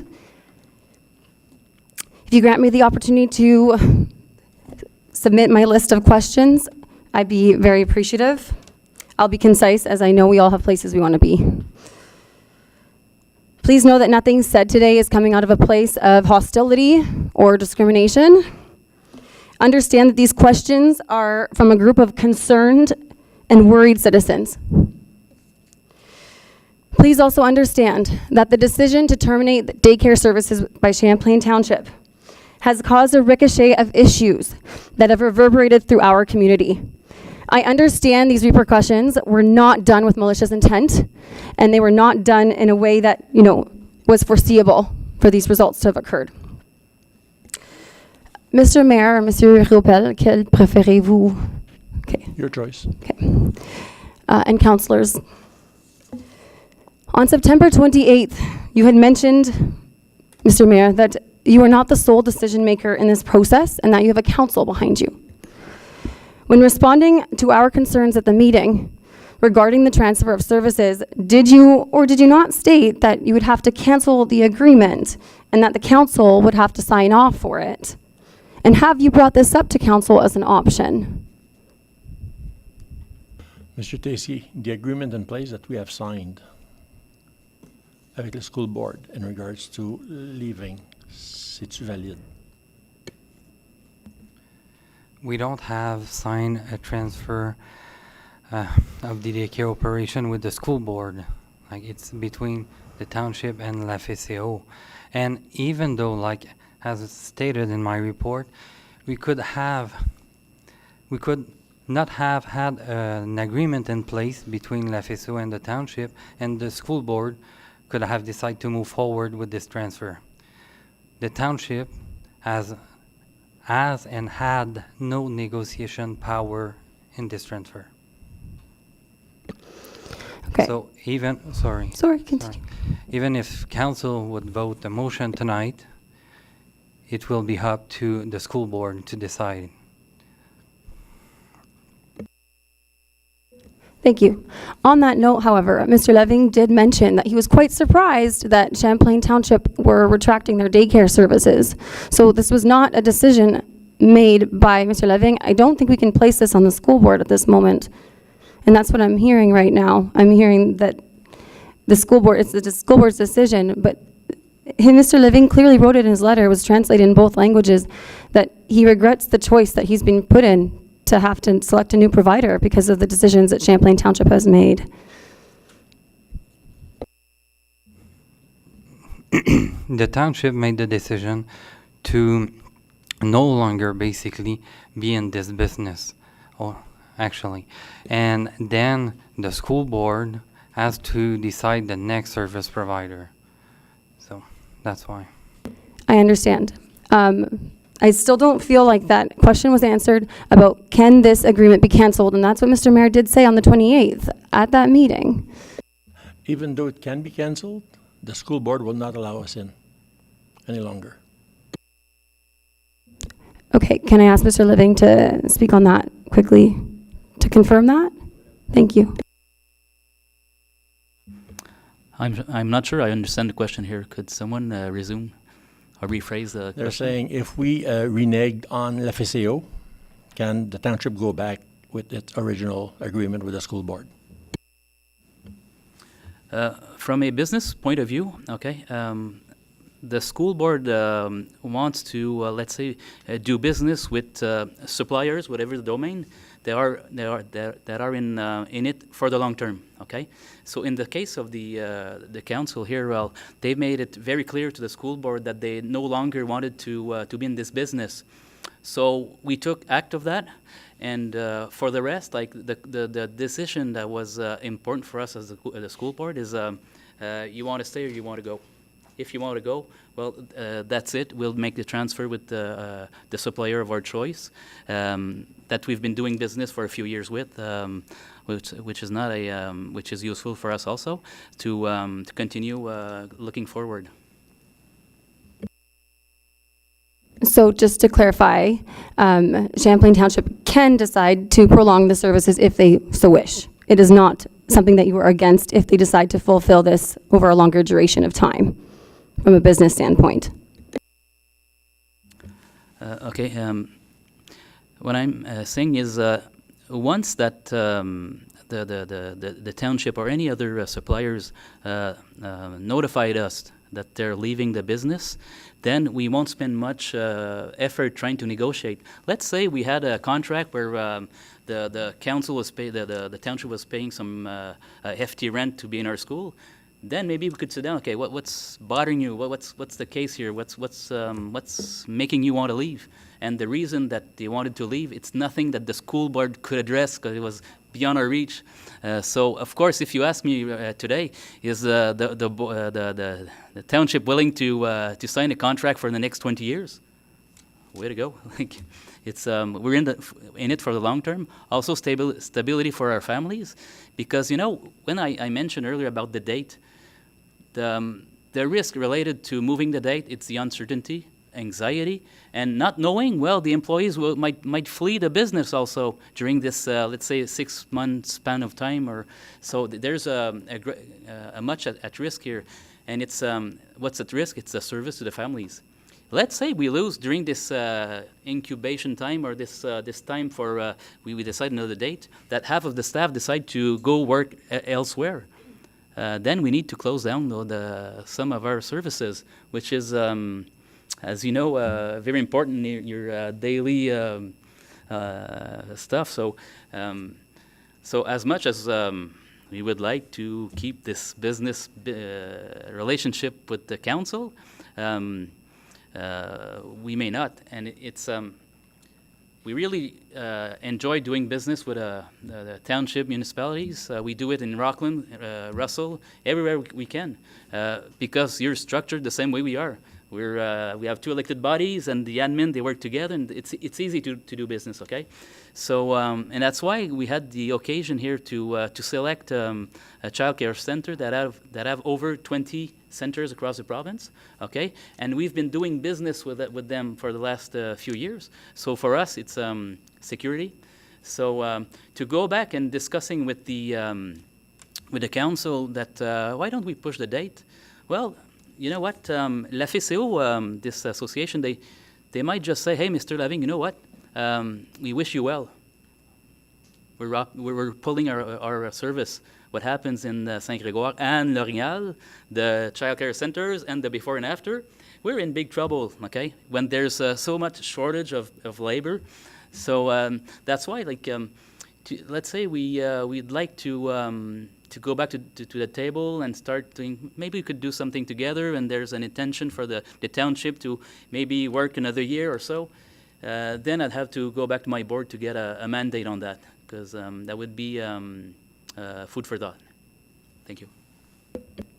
Merci beaucoup. Donc, juste pour clarifier quelque chose, si Champlain décide de prolonger leur service pour les prochains 20 ans, vous allez être en accord avec ça.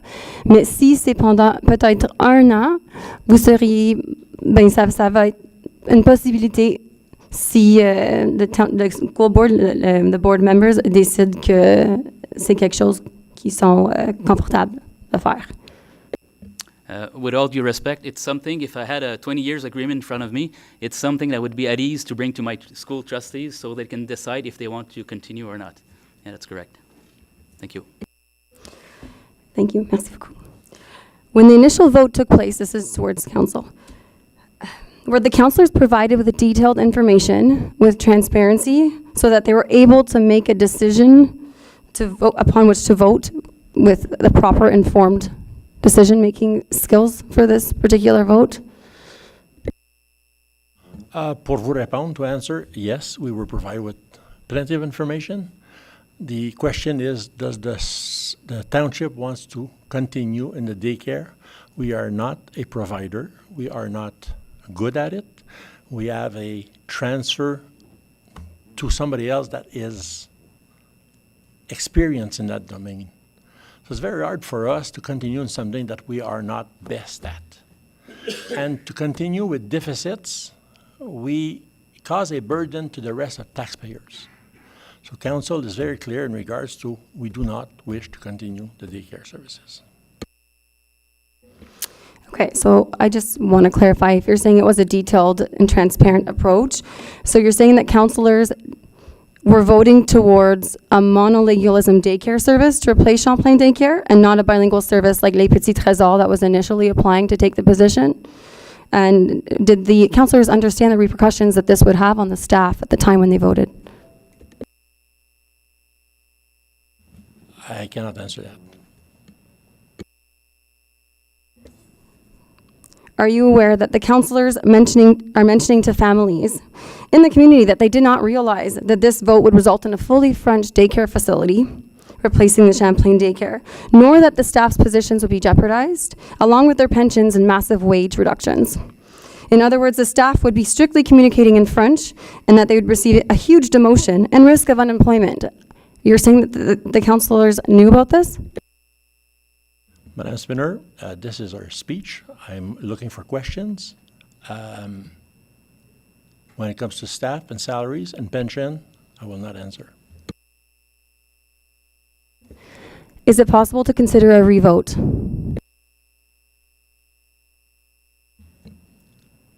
If I have a resolution on the table, yes, but council is clear that they will not continue with the daycare. I understand this is a place to speak questions and ask questions, but I also would like to just elaborate a little bit on where I'm coming from when I'm saying these questions. I'm not trying to target or anything. I'm just trying to receive clarity. It's no surprise or secret to families in this area that accessing daycare services has been very difficult. Current staff have a difficulty even just taking a sick day due to the lack of staff and the low wages that they receive, lack of educators in the area. I emailed you, Mr. Riopel, in December 2021, expressing to you these concerns. Another mother who's not present today due to medical concerns, medical reasons, also sent a letter about this in January 2022. By eradicating the daycare, it just further enhances these disparities that are already here. This organization that's in question is already having difficulty recruiting and retaining their staff as it is. And the salaries that they're offering are much lower than what our current staff is being compensated. So how are families supposed to feel secure with this decision to move forward come January if there's a possibility that employment security will not be maintained and that there will not potentially be a fully functional full-time daycare because of staffing issues? I mean, this is a concern. And have you seen this? And what will you do if this happens? Madam Spinner, I understand your concerns. This township does no longer want to provide daycare services at the township level. It found a provider that is willing and more capable than the township. At 1.17 million deficit in the next 4 years, it's a large burden on taxpayers. Please understand. I'm trying to understand. I'm just asking you. I'm speaking on behalf of the public here. That's all I'm doing. These are messages from families that we have communicated in public forums to discuss this issue in order, to have someone's voice here tonight to actually be able to ask these questions. And I'm just simply trying to ask questions on the community behalf. And I'm replying. Okay. My next question. Did you know that English is actually the minority language here in Champlain Township? Yes, I do. If a bilingual daycare service does not guarantee a spot for our children and protect a spot for the children on the current wait list and is not fully functional by the time this transfer takes place on January 1st, 2024, Do you understand that this is a human rights language issue? Madam Spinner, I think Mr. Lavigne's letter is very clear that he will provide a bilingual service to the daycare services in his school. That's Mr. Lavigne. FSAO is a different organization altogether, and they have their own mandate and their own decisions on that. I have no authority with l'FSAO, and neither do I have, or this council have, with l'FSAO, or neither do we have with the school board.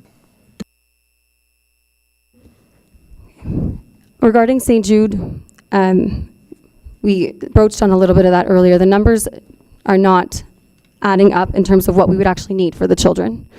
At St. Jude, they're currently potentially offering 16 preschool spots.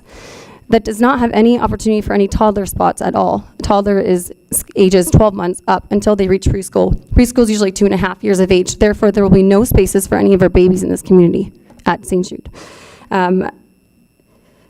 How am I supposed to return to work, a personal question, as a healthcare provider in this area if I don't have healthcare, if I don't have childcare for my 1-year-old when I need to go back to work?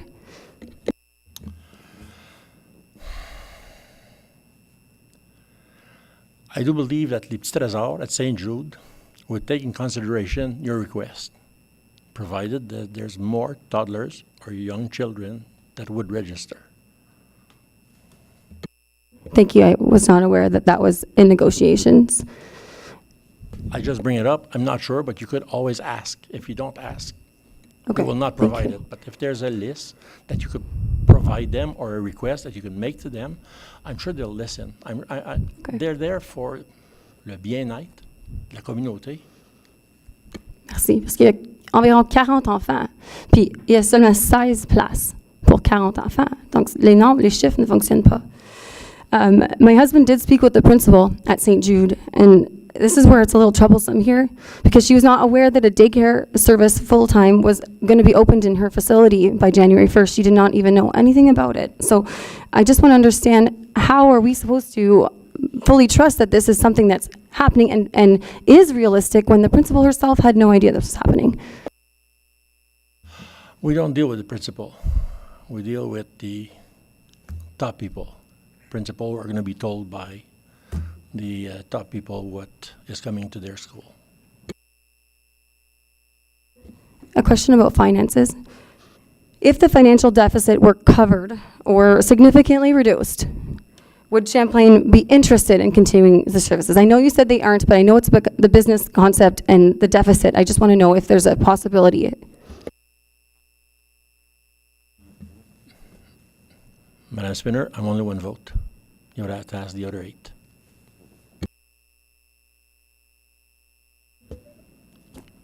This is just regarding the school board. I feel like a lot of it is in place on Mr. Lavigne's shoulders tonight, and he's fulfilling the role within his own jurisdiction, and that's why the community is here to speak to council, because we feel like it's in your hands to help support the needs of this community. Is it the school board's responsibility to ensure that the needs of the people in this community are being met, or is it the township's responsibility?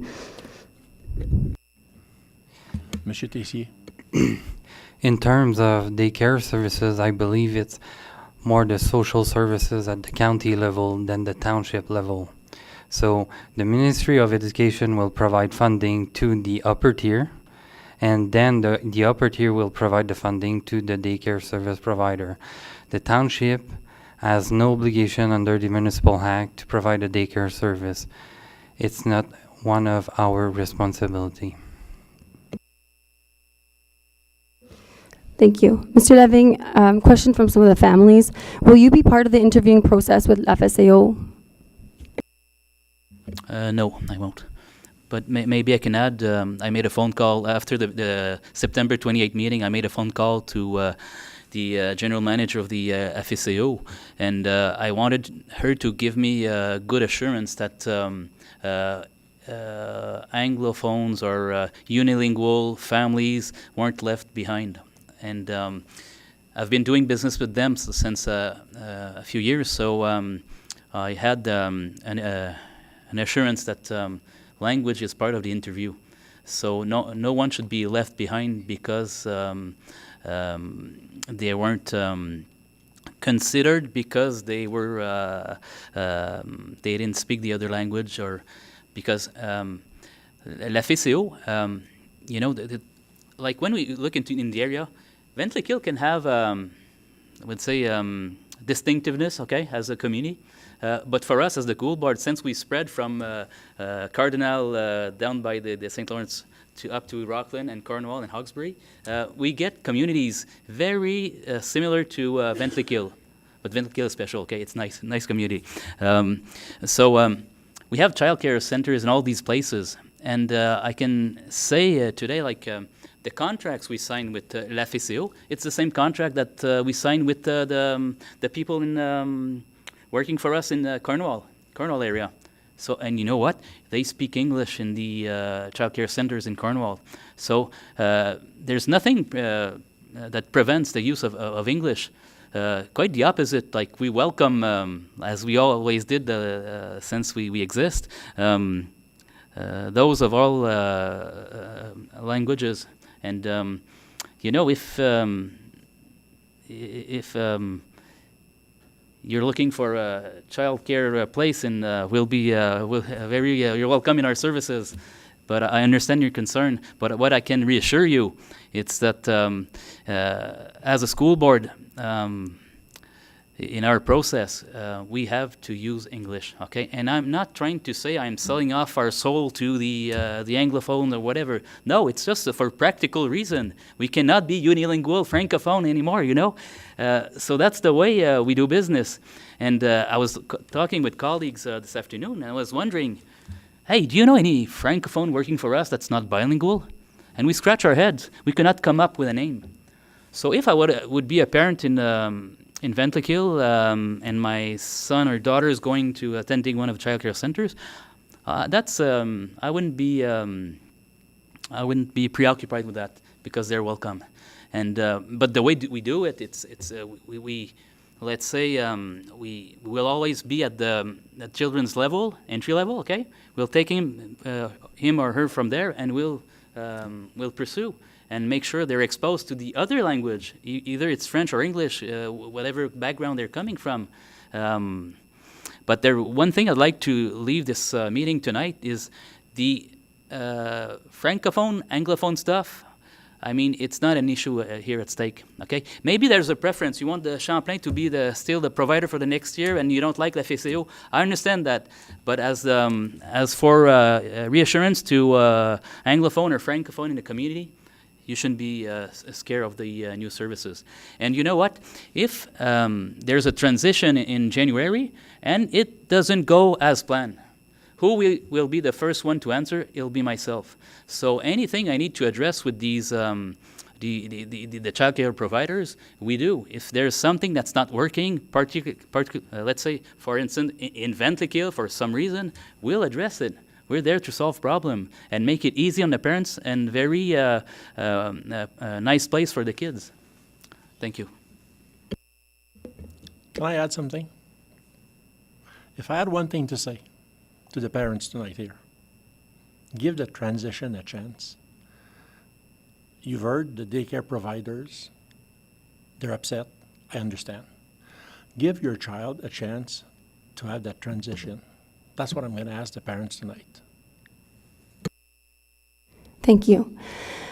It's just a little bit difficult to feel prepared and comfortable with that next step when on September 28th, the general manager, La FCO, was laughing at us and making a mockery of us when we were posing legitimate concerns and questions that evening. How are we parents supposed to feel comfortable bringing our children into this new daycare service when we were being treated with, blatantly treated with utter disrespect, when we were simply legitimately posing our concerns?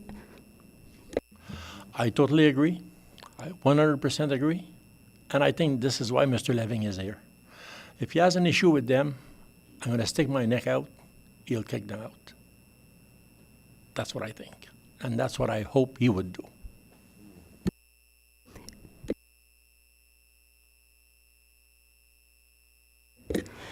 Thank you, sir. I'm sure there are some other parents who'd like to speak tonight.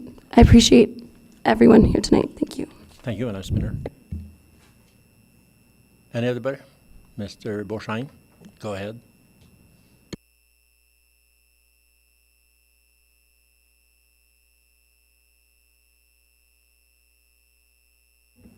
Hi, Council. It's been a while. Thanks for having us here for questions. Appreciate the opportunity to speak and to hear the report. I don't have too many questions, I hope. So the first, I apologize if this is more of a comment than a question, but I think a lot of parents right now are looking for assurances on transparency and looking for ways to build trust. As you just said, give us a chance, give us your trust. And I don't mean to put anyone kind of under the bus, but Mr. Leving, I feel like your letter and your responses are not giving a full picture of what the new daycare services French mandate is. We were informed at the 28th meeting that, yes, if a parent didn't understand something that was sent out unilingually in French, that someone could talk to them. But during the meeting, it was also uncovered that staff are instructed not to speak to children in English, despite whatever language they might be.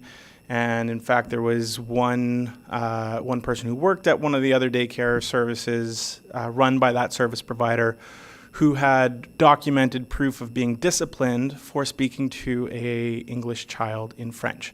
So I find it very difficult to call this a bilingual service if staff are being reprimanded for speaking to a child in their language. I also find it hard to characterize it as bilingual when written communication is not in English. So I want to make sure that, and I know that's not a question, I know this is a question period, but I guess if I want to tack on my question to this, and again, I would have much preferred if the FSAO was here to answer this question themselves, because it's really their decision more than the school board's, is my understanding. But can we at least request that the new service provider continue to allow staff to speak to children in whatever language they prefer until a new service option is provided? So I recognize the ship has sailed, but I would like to know that until a child has the option, or a parent has the option to move their child to a bilingual service that's truly bilingual, would FSAO allow staff to continue to communicate to the children in English?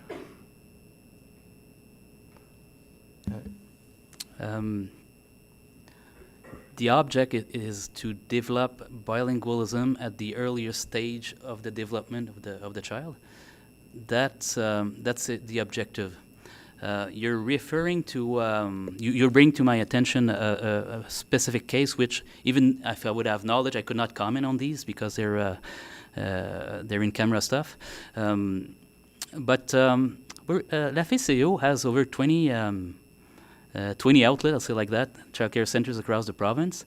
They're the leaders in the sector. Okay, so on many occasions they will brief the ministry on areas of science and stuff. It's one of the best in the province. Okay, and I won't shy away from that.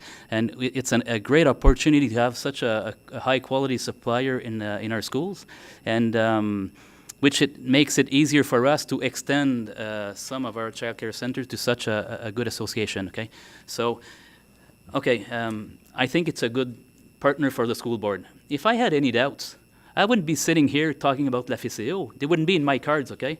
So they've been there for the last 2 years, and we have over 20 ourselves child care centers across the 5 counties.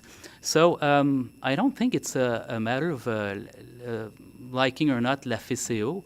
It's a question of transition and the anxiety being felt by families, and I recognize that in the process, because when we did in Russell the transfer, I heard that from parents, And the day after, when the children come back from the childcare centers with a smile, then it goes away.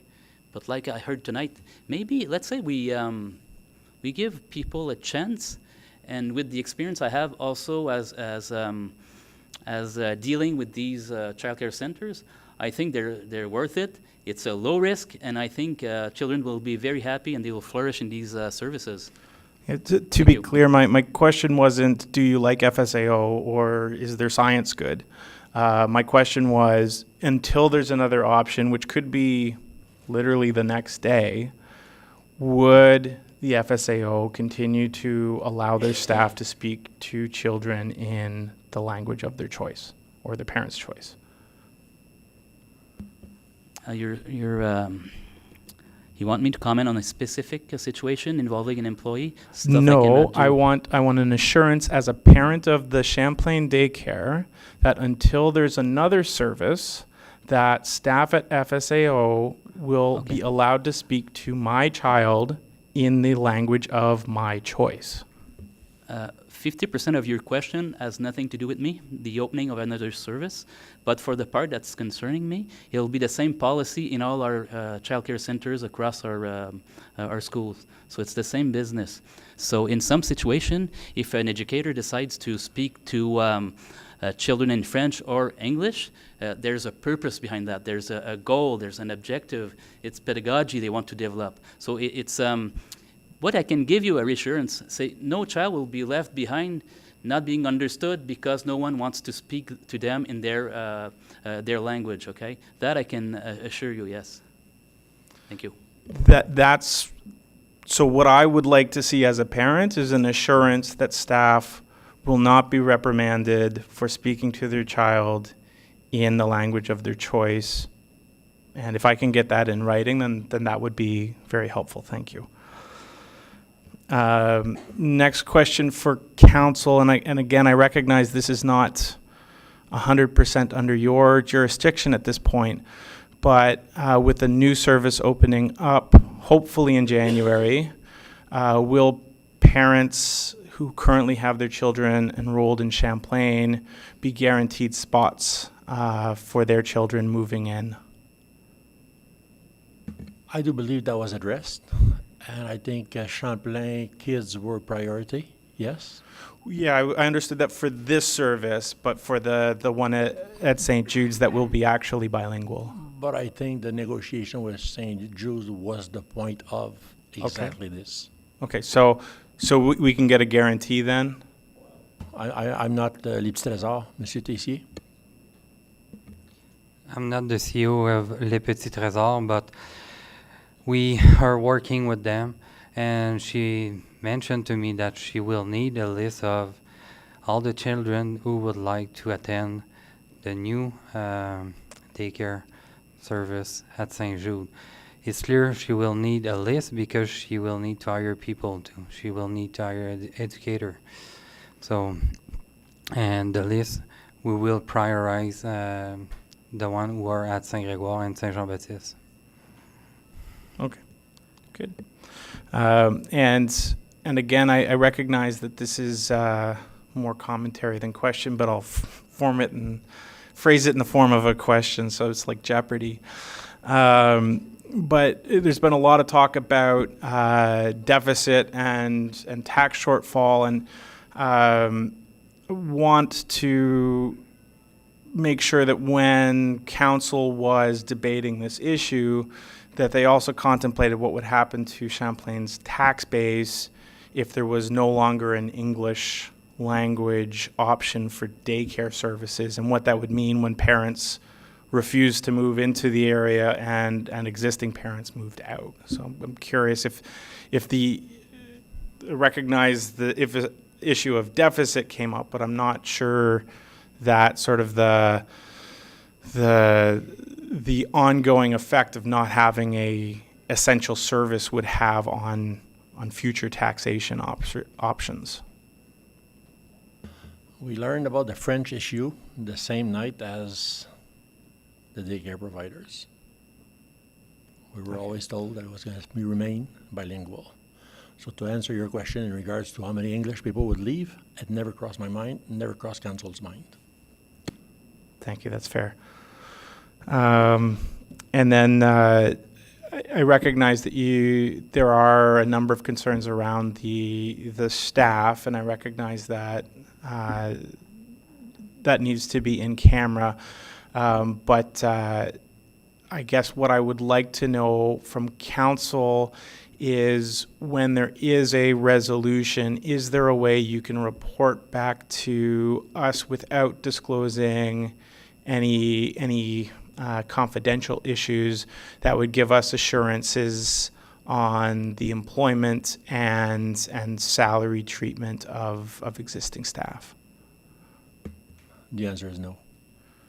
Is there a way to do it in a way that doesn't jeopardize anything there? And maybe I'll leave it as an open-ended request. I don't need an answer now, but my request for council and for Kevin, if there's a way for you to kind of wizard a way to let us know what we're looking for as assurances that staff are looked after, and potentially creative solutions that even the parents could help with to make this right. I will take a note of your request. If we can, we will, if council want. I cannot do it myself, but if we can, and if council want, we'll see if we are allowed to do so. Can I ask a question now? Yeah. I'm going to ask Kevin. After January 1st, est-ce qu'on peut divulguer l'information ou on ne pourra pas? About staff. Who got the job? On ne pourra pas? No. Okay. For tonight, I prefer to say no. Yeah. Okay. Thank you for your time. Thank you, Mr. Bourgeois. Autres commentaires? Autres questions? Sans avoir des commentaires, ça me prend des questions, s'il vous plaît. Go ahead, madame. Faut tailler là. Pesez sur le piton, s'il vous plaît. Bonjour. Bonjour, mes voisins. Donc, j'ai juste une question. Mon nom est Marika. J'ai 2 enfants à Saint-Jean-Baptiste ici. Une petite qui a 2 ans et une grande qui va après et avant l'école, avant et après l'école, de 5 ans. Elle a utilisé le camp de jour l'été dernier, et là, qui était pas promu, mais fourni par la Ville, et je me demandais si le camp de jour aurait lieu l'été prochain par la Ville, ou si c'est l'AEFSEO, cette identité qui va nous provenir ce service. Bonne question. Monsieur Tessier. Excellente question. Premièrement, ça a déjà été soulevé, l'histoire du camp de jour. Nos services de garde fournissaient des camps de jour par le passé. Est-ce qu'eux, ils vont décider de le fournir? Ça sera à eux de le faire. Toutefois, le canton de Champlain va encore fournir un summer camp l'an prochain. Cette année, on n'avait pas été en mesure de le fournir puisque l'aréna était sous rénovation. Mais ici, à l'Orignal, il y en avait un? Il y en avait un pour le service de garde. Donc, par le passé, on avait ça a commencé l'année passée à l'Orignal, si je ne sais pas, je n'avais pas l'utilisé avant. Donc... Exactement. Donc, on avait dans les services de garde, puis on a un aussi qui est municipal, qui est le fournisseur de services, c'est les 4 fers en l'air. Donc, c'est à Ventliquille, puis c'est à l'Aréna. Exemple, comme nous, comme parents, je veux dire, mettons, moi, j'habite dans le quartier ici, je travaille à la chute. Est-ce que vous me voyez le matin partir d'ici, aller à Ventliquille, traverser, aller à la chute pour 7 heures le matin? Parce que le camp de jour, il n'est pas ouvert à cette heure-là. Non. Comme, je veux juste savoir s'il va y avoir un camp de jour à l'Orignal l'été prochain. Si oui, est-ce que c'est le canton qui va subvenir à ce service-là, ou s'il faut espérer que... Les questions de camp de jour qui étaient fournies par le service de garde, ça va être au prochain fournisseur de services de répondre à la question. Pour qu'est-ce qui est de la municipalité, cette année, on avait même fait des demandes. On avait fait un survey pour l'offrir à l'Orignal, puis il n'y avait pas personne d'intéressé même. Donc, il n'y avait pas assez de réponses pour fournir même un service de summer camp à l'Orignal. Mais s'il y a eu assez de parents et d'enfants inscrits cette année par le service de garde, pourquoi il n'y aurait pas eu assez de parents inscrits pour celui de la Ville? C'est deux choses, c'est deux fournisseurs de services différents. Oui. Il y en a un que c'était le service de garde, notre département qui le fournissait, et l'autre, c'est sous les loisirs qui est engagé par les 4 fers en l'air. L'aréna a été fermée. Là, qu'est-ce qu'ils ont décidé de faire? Ils ont décidé d'ouvrir, d'essayer de fournir le service à l'Orignal. Ils ont fait des surveys, là, des sondages, mais il n'y avait pas les nombres pour le fournir. Okay. Donc, on ne le sait pas. À l'heure actuelle, je ne pourrais pas répondre pour le prochain fournisseur de service.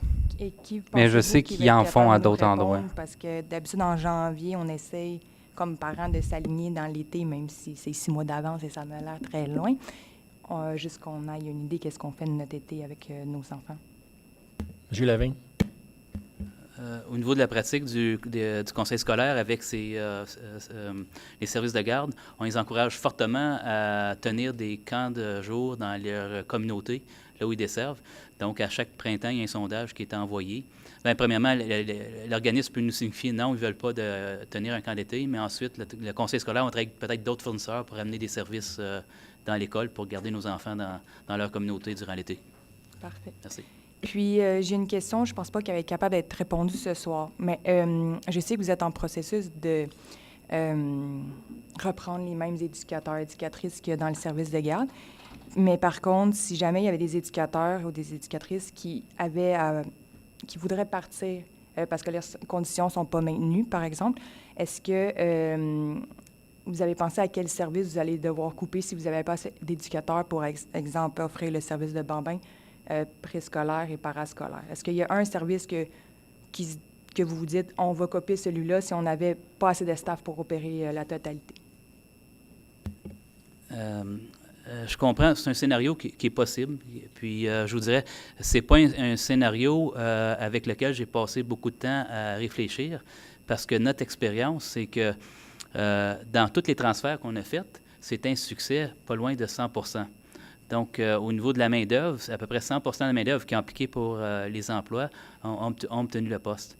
Donc, pour nous, c'est sûr que moi-même, même si je n'ai pas d'enfant dans le service de garde, si je m'aperçois qu'il y a des difficultés à l'horizon, je vois un petit nuage gris qui s'en vient sur peu importe lequel de nos services de garde, je deviens quelqu'un de très nerveux sur mon siège à l'Orignal. C'est un peu comme le transport scolaire. Si tu n'as pas de garderie et tu n'as pas de transport, ça va mal à la maison parce que tu commences la journée. Tu as besoin de ces services-là pour être réveillé. Donc, c'est pour ça que je vous dis, c'est pas un scénario que je regarde tout de suite. Mais de là, un peu la stratégie, Monsieur le maire, de conseil scolaire, quand on parle de fournisseurs. Pourquoi qu'on a choisi, entre autres, la FCO? Oui, des questions de qualité de service, mais en même temps, c'est que lorsque dans chacune de nos régions, dans les 5 comtés, quand on a la chance de consolider nos fournisseurs pour avoir une meilleure masse pour offrir un service qui n'est pas trop payant, bien, si nos fournisseurs sont plus gros, bien, ils peuvent étaler leur cost sur plus d'enfants. Ça permet de maintenir des services dans plus de communautés, de sorte que c'est des choses qu'on peut regarder. Mais est-ce qu'il y aurait... Je comprends, vous, c'est pas votre question, votre préoccupation prioritaire, mais moi, en tant que parent, peut-être que ça l'est. Oui. Donc, j'aimerais ça avoir une assurance, pas une assurance, mais un big picture, si vous n'avez pas assez, si on n'est pas capable de retenir assez d'employés ou qu'il y a des employés qui partent, quel service qu'on va devoir couper le 1er janvier, juste pour que nous, en tant que parents, on ait un plan A, B, C, D, peut-être. Faire attention, là, pas que je prends ça à la légère, pas que c'est pas mon plan. Non, je fais juste dire, comme c'est là, je travaille avec un plan que ça va fonctionner en janvier. Si, en quelque part, à un moment donné, au niveau du cheminement, c'est là que, quand on travaille avec des plus gros fournisseurs, si on voit qu'il y a un problème de main-d'œuvre, on a plus de flexibilité au niveau d'un fournisseur de services de garde. Puis je peux vous donner, par exemple, j'en ai un dans le coin de Castleman. Fait Castleman, Limoges, qui est rendu un gros service important. Fait que quand ça arrive des fois que le staffing fait en sorte qu'il y a des départs dans un ou l'autre, bien, sont en mesure de faire un reshuffle puis être capable de faire en sorte que jusqu'à maintenant, il n'y a jamais eu d'interruption de service depuis que je suis en poste, depuis 2011. Là. Puis avant ça, je ne crois pas. Mais si je verrais un nuage comme ça qui s'en vient, c'est certain qu'on va jaser avec le fournisseur puis travailler, puis aller jaser avec mes autres fournisseurs de services de garde aussi. Parce que pour moi, c'est un scénario apocalyptique, là, de savoir qu'un service de garde va fermer. Moi, je ne dors pas quand ça arrive. Tu disais, comme vous disiez comme parent que vous êtes inquiète de ça. Bien, je vous dirais que mon niveau d'inquiétude, là, il est probablement égal au vôtre, sinon une petite coche de plus. Je ne dors pas bien. Parce que c'est un service qui est essentiel. Puis pour le parent, on le comprend. Puis en même temps aussi comme communauté scolaire. Puis pas faire d'histoire avec ça, mais il reste que pour nous, un service de garde dans une école, bien, ça nourrit les effectifs de l'école aussi. Donc, on va avoir un service plein à craquer avec une liste d'attente, comment on peut répondre à la liste d'attente, etc. Pour, dans notre modèle d'affaires, je dirais, c'est important. Fait que je ne le prends pas du tout à la légère. Je suis content que vous le portiez à mon attention, mais je vais vous avouer que c'est un scénario. Ce n'est pas le scénario sur lequel je travaille, mais je vais mettre toute mon énergie pour trouver les solutions possibles pour éviter d'arriver là. C'est bon. Merci. C'est tout. Merci. Merci, madame. Other questions? Madame?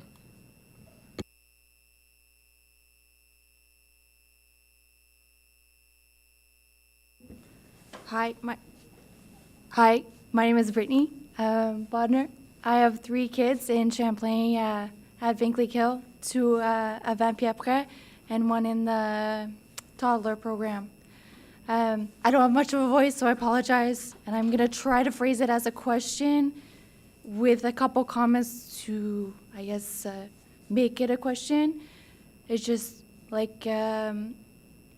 it's more directed to you, if that's okay, Council, I'm not sure. It's just because right now we're stuck in the middle, and I truly apologize, and I'm just trying to take opportunity to just, like everyone says, I mean, get the clear picture. If at the moment, like as the parents, you saw our letters, we're trying to express to you the big concerns that we have with the new service that you provided, but you're not offering us much answers. So if we don't hear back from the staff, let's say, or the staff still feel, I guess, the same way as the parents, and they're not going to come forward because they're the staff, so the parents are speaking on behalf of them. I guess my question mainly is, I mean, are you going to address the issues that the parents are presenting to you, to the staff? Are you going to give them that opportunity, or are you only giving them that opportunity if they apply? Would be my number 1 question, and then I have one after. Sorry, I'm trying to force without, as parents, we're trying to express our concerns as like ourselves. We have the same concerns as staff, and we 100% want to see a smooth transition. But if we feel, based off staff input, let's say, and parents' feedback, that there will not be a smooth transition in regards to the issues we presented to you through our emails, are you going to give the opportunity, are you going to speak to the staff to let them know, let me try to rephrase it, sorry. Are you going to present the concerns to the staff, the current staff, the opportunity, some of the answers that we're looking for today, or is that only presented to them if they apply for a new position? New position, I mean, like with AFCO, because technically they have to apply, right? I cannot intervene, being from another organization, in the employment process of this of la FCO. Although I can assure you that in the last 2 weeks, I think I spoke more to Kevin than I spoke to my wife. Okay, in the last 2 weeks, and I've had many discussions with my school board trustees, and also with la FCO, and also with my my person who supervises the child care providers. So it's been an important matter in the last 2 weeks for us. So yes, I'd say 100% of what you've voiced. I did bring it back to la FCO, my board trustees, and so that I can give you 100% assurance. I read the emails, and some stuff yes, I did bring it to the attention of my boss, the director of education, Madame Racine, and also to the school trustees as a whole, and also to the school trustee from the Champlain region. And me and Kevin, well, we make sure that because it's a weird negotiations here. Like as much as I want to put pressure on our school providers, not our child care providers, there's a limit also. They're own entity, because some school board operate their own child care services. Okay, so there are different models in the, and in our case, our board many years ago, and I think it was the right choice. We went for a third party, and so there's a kind of a distance I need to keep with the association, because otherwise they'll tell me, why don't you run your own school child care center? So, but yes, I did bring all these matters to my boss and the trustees. Okay. Thank you. All right. Yeah, just because we don't feel that it's been brought down to the staff, and sorry again. It just that I can't even say their acronym. Sorry. Their first impression to the staff and to the parents was very unfortunate. So I'm just trying to, I guess, make sure that there's a reconnect, and maybe is I guess, to phrase it as a question, is there a possibility to hear from you guys to try to encourage the staff to reapply if they're thinking of not reapplying because of the first impression that we have with them? I don't know if that makes sense.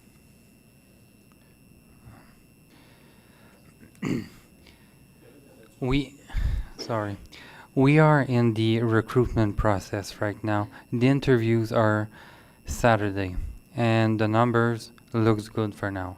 So we will wait. We need to let the recruitment process go, and then if we have other issue, we will discuss it again. But I put a note about your request about clarifying some topic with the staff. Okay? All right. So I have a note here. All right. I think that's everything. For sure. Okay, there you go. I might put my foot in my mouth, but I'm going to say something. Did you ask the provider, or not the provider, but the daycare at the schools, if they have applied? Did they come forward and tell you? Oh, they did. Okay, good. So you know. If they applied or not applied? Yes. I pretty much have a head count. Okay, good. Thank you.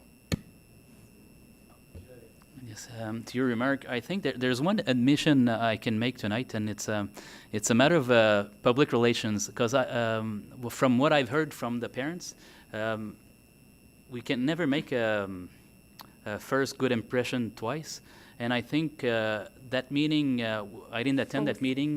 Well, the first one I did not attend. Okay. So, but from what I heard from those who were present, I think l'AFCO was not prepared for that kind of meeting, and it didn't turn out very well. So the lack of confidence tonight, I think it originates from that meeting, okay? That's how I feel about what I've heard from that meeting. Can I ask a question with that?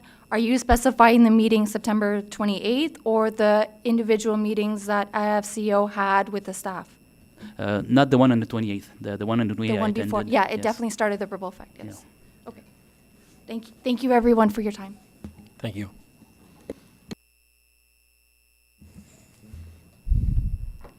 Anyone else? Go ahead, sir.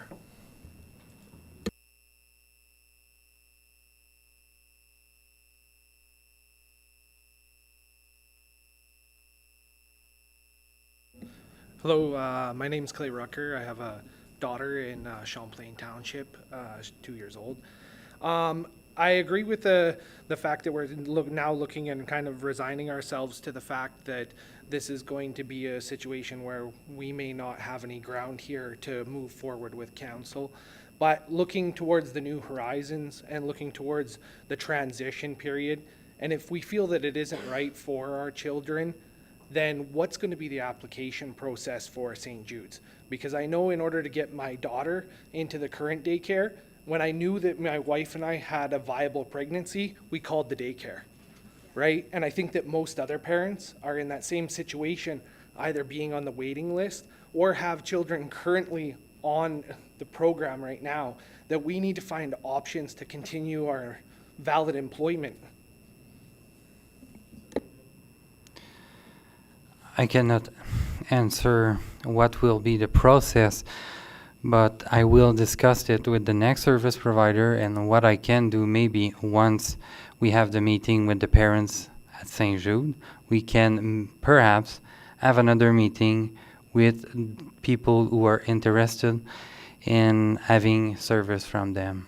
So that would be, I believe, the best way to go. If Yeah, perfect. I I would cannot- appreciate something like Yeah. that because we're in a situation where now a lot of us feel that we don't Yeah. have a choice.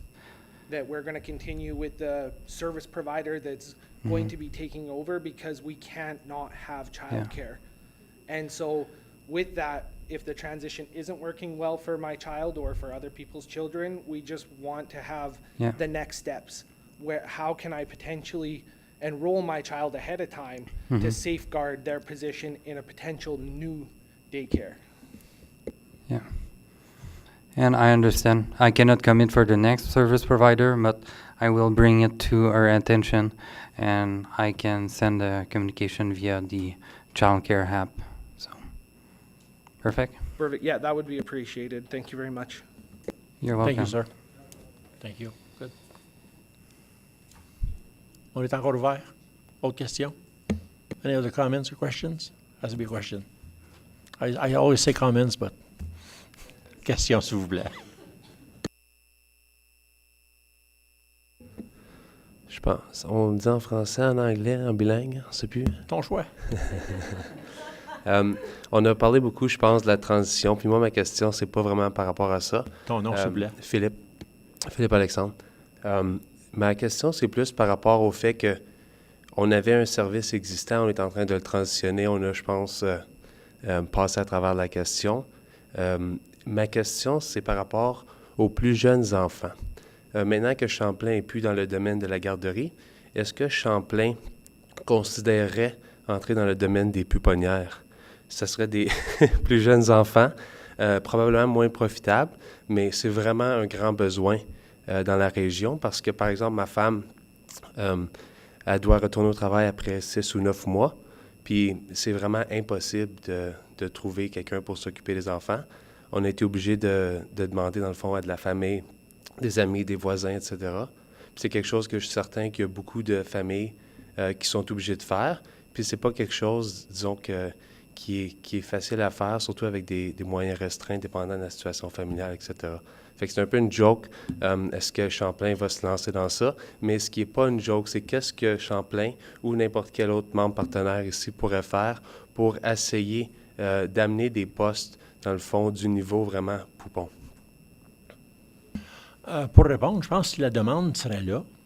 Le provider, la personne qui est en charge du service de garde, peut-être pourrait offrir, mais c'est de trouver assez de petits-enfants. C'est pas facile de garder des jeunes enfants qui ne marchent pas, qui sont à la couche, qui s'adorent 14 heures sur 24 ou 16 sur 24. Donc, c'est un service très délicat. Puis avec le service que les gouvernements puis les employés offrent aujourd'hui, une année de sabbatique, les mamans et les papas viennent à bout de s'entendre pour l'année. Donc, je ne peux pas bien te répondre, mais si je regarde dans l'ensemble, c'est peut-être à demander à la personne ou à la FCO ou au provider de daycare service de voir si ça serait quelque chose qui serait intéressant, ce qui me surprendrait.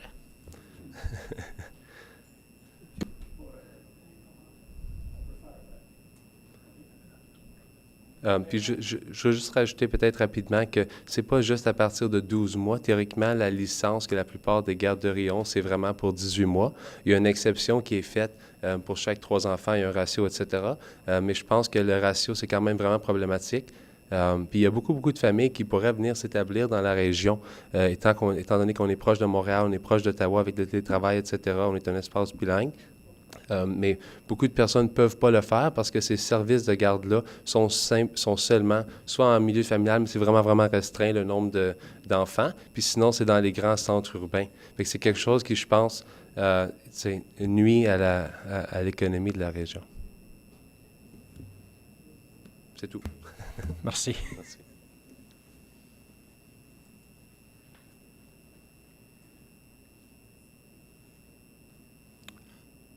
Someone else?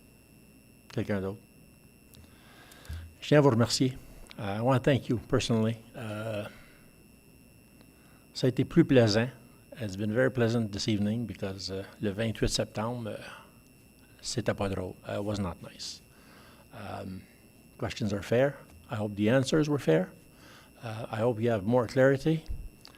Like I said before, I sincerely hope you give it a chance in regards to the transition. Give the next provider a possibility to serve you well, and I'm sure they will. They are in that business, they are professionals at it, and they will serve your children with the utmost respect and service. That's what I can tell you. Merci beaucoup. Thank you.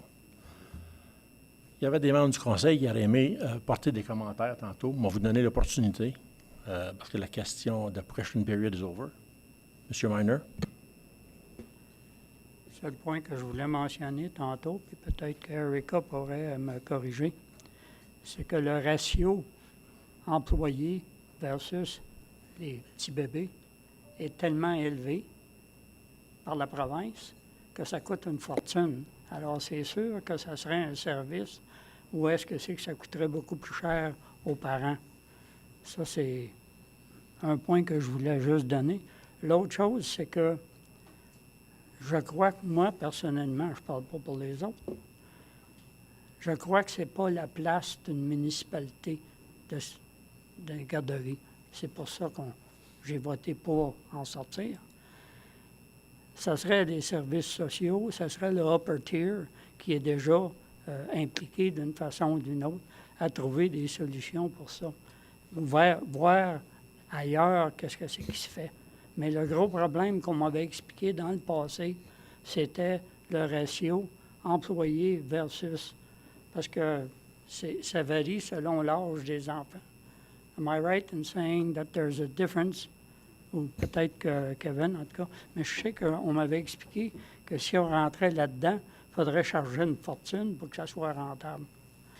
Merci. C'est tout ce que je voulais dire. Merci, M. Miner.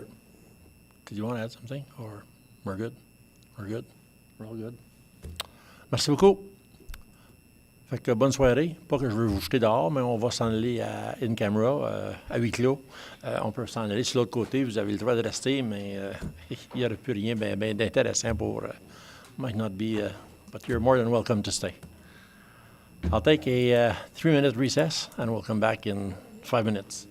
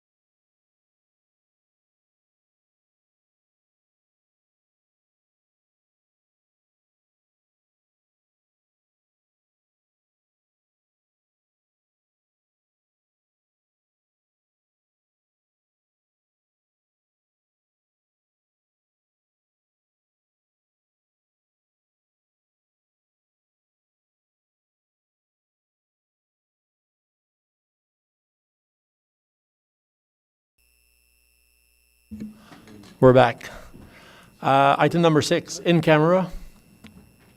Be it resolved that council go in camera for the purpose of discussing personal matters about an identifiable individual, employee negotiations, as well as negotiations as provided under section 239 and brackets 2, paragraph B, D, and K of the Municipal Act of 2001. Proposal appuyeur. Monsieur Minor, appuyé de Madame Clément. All those in favor? Those against? Carried.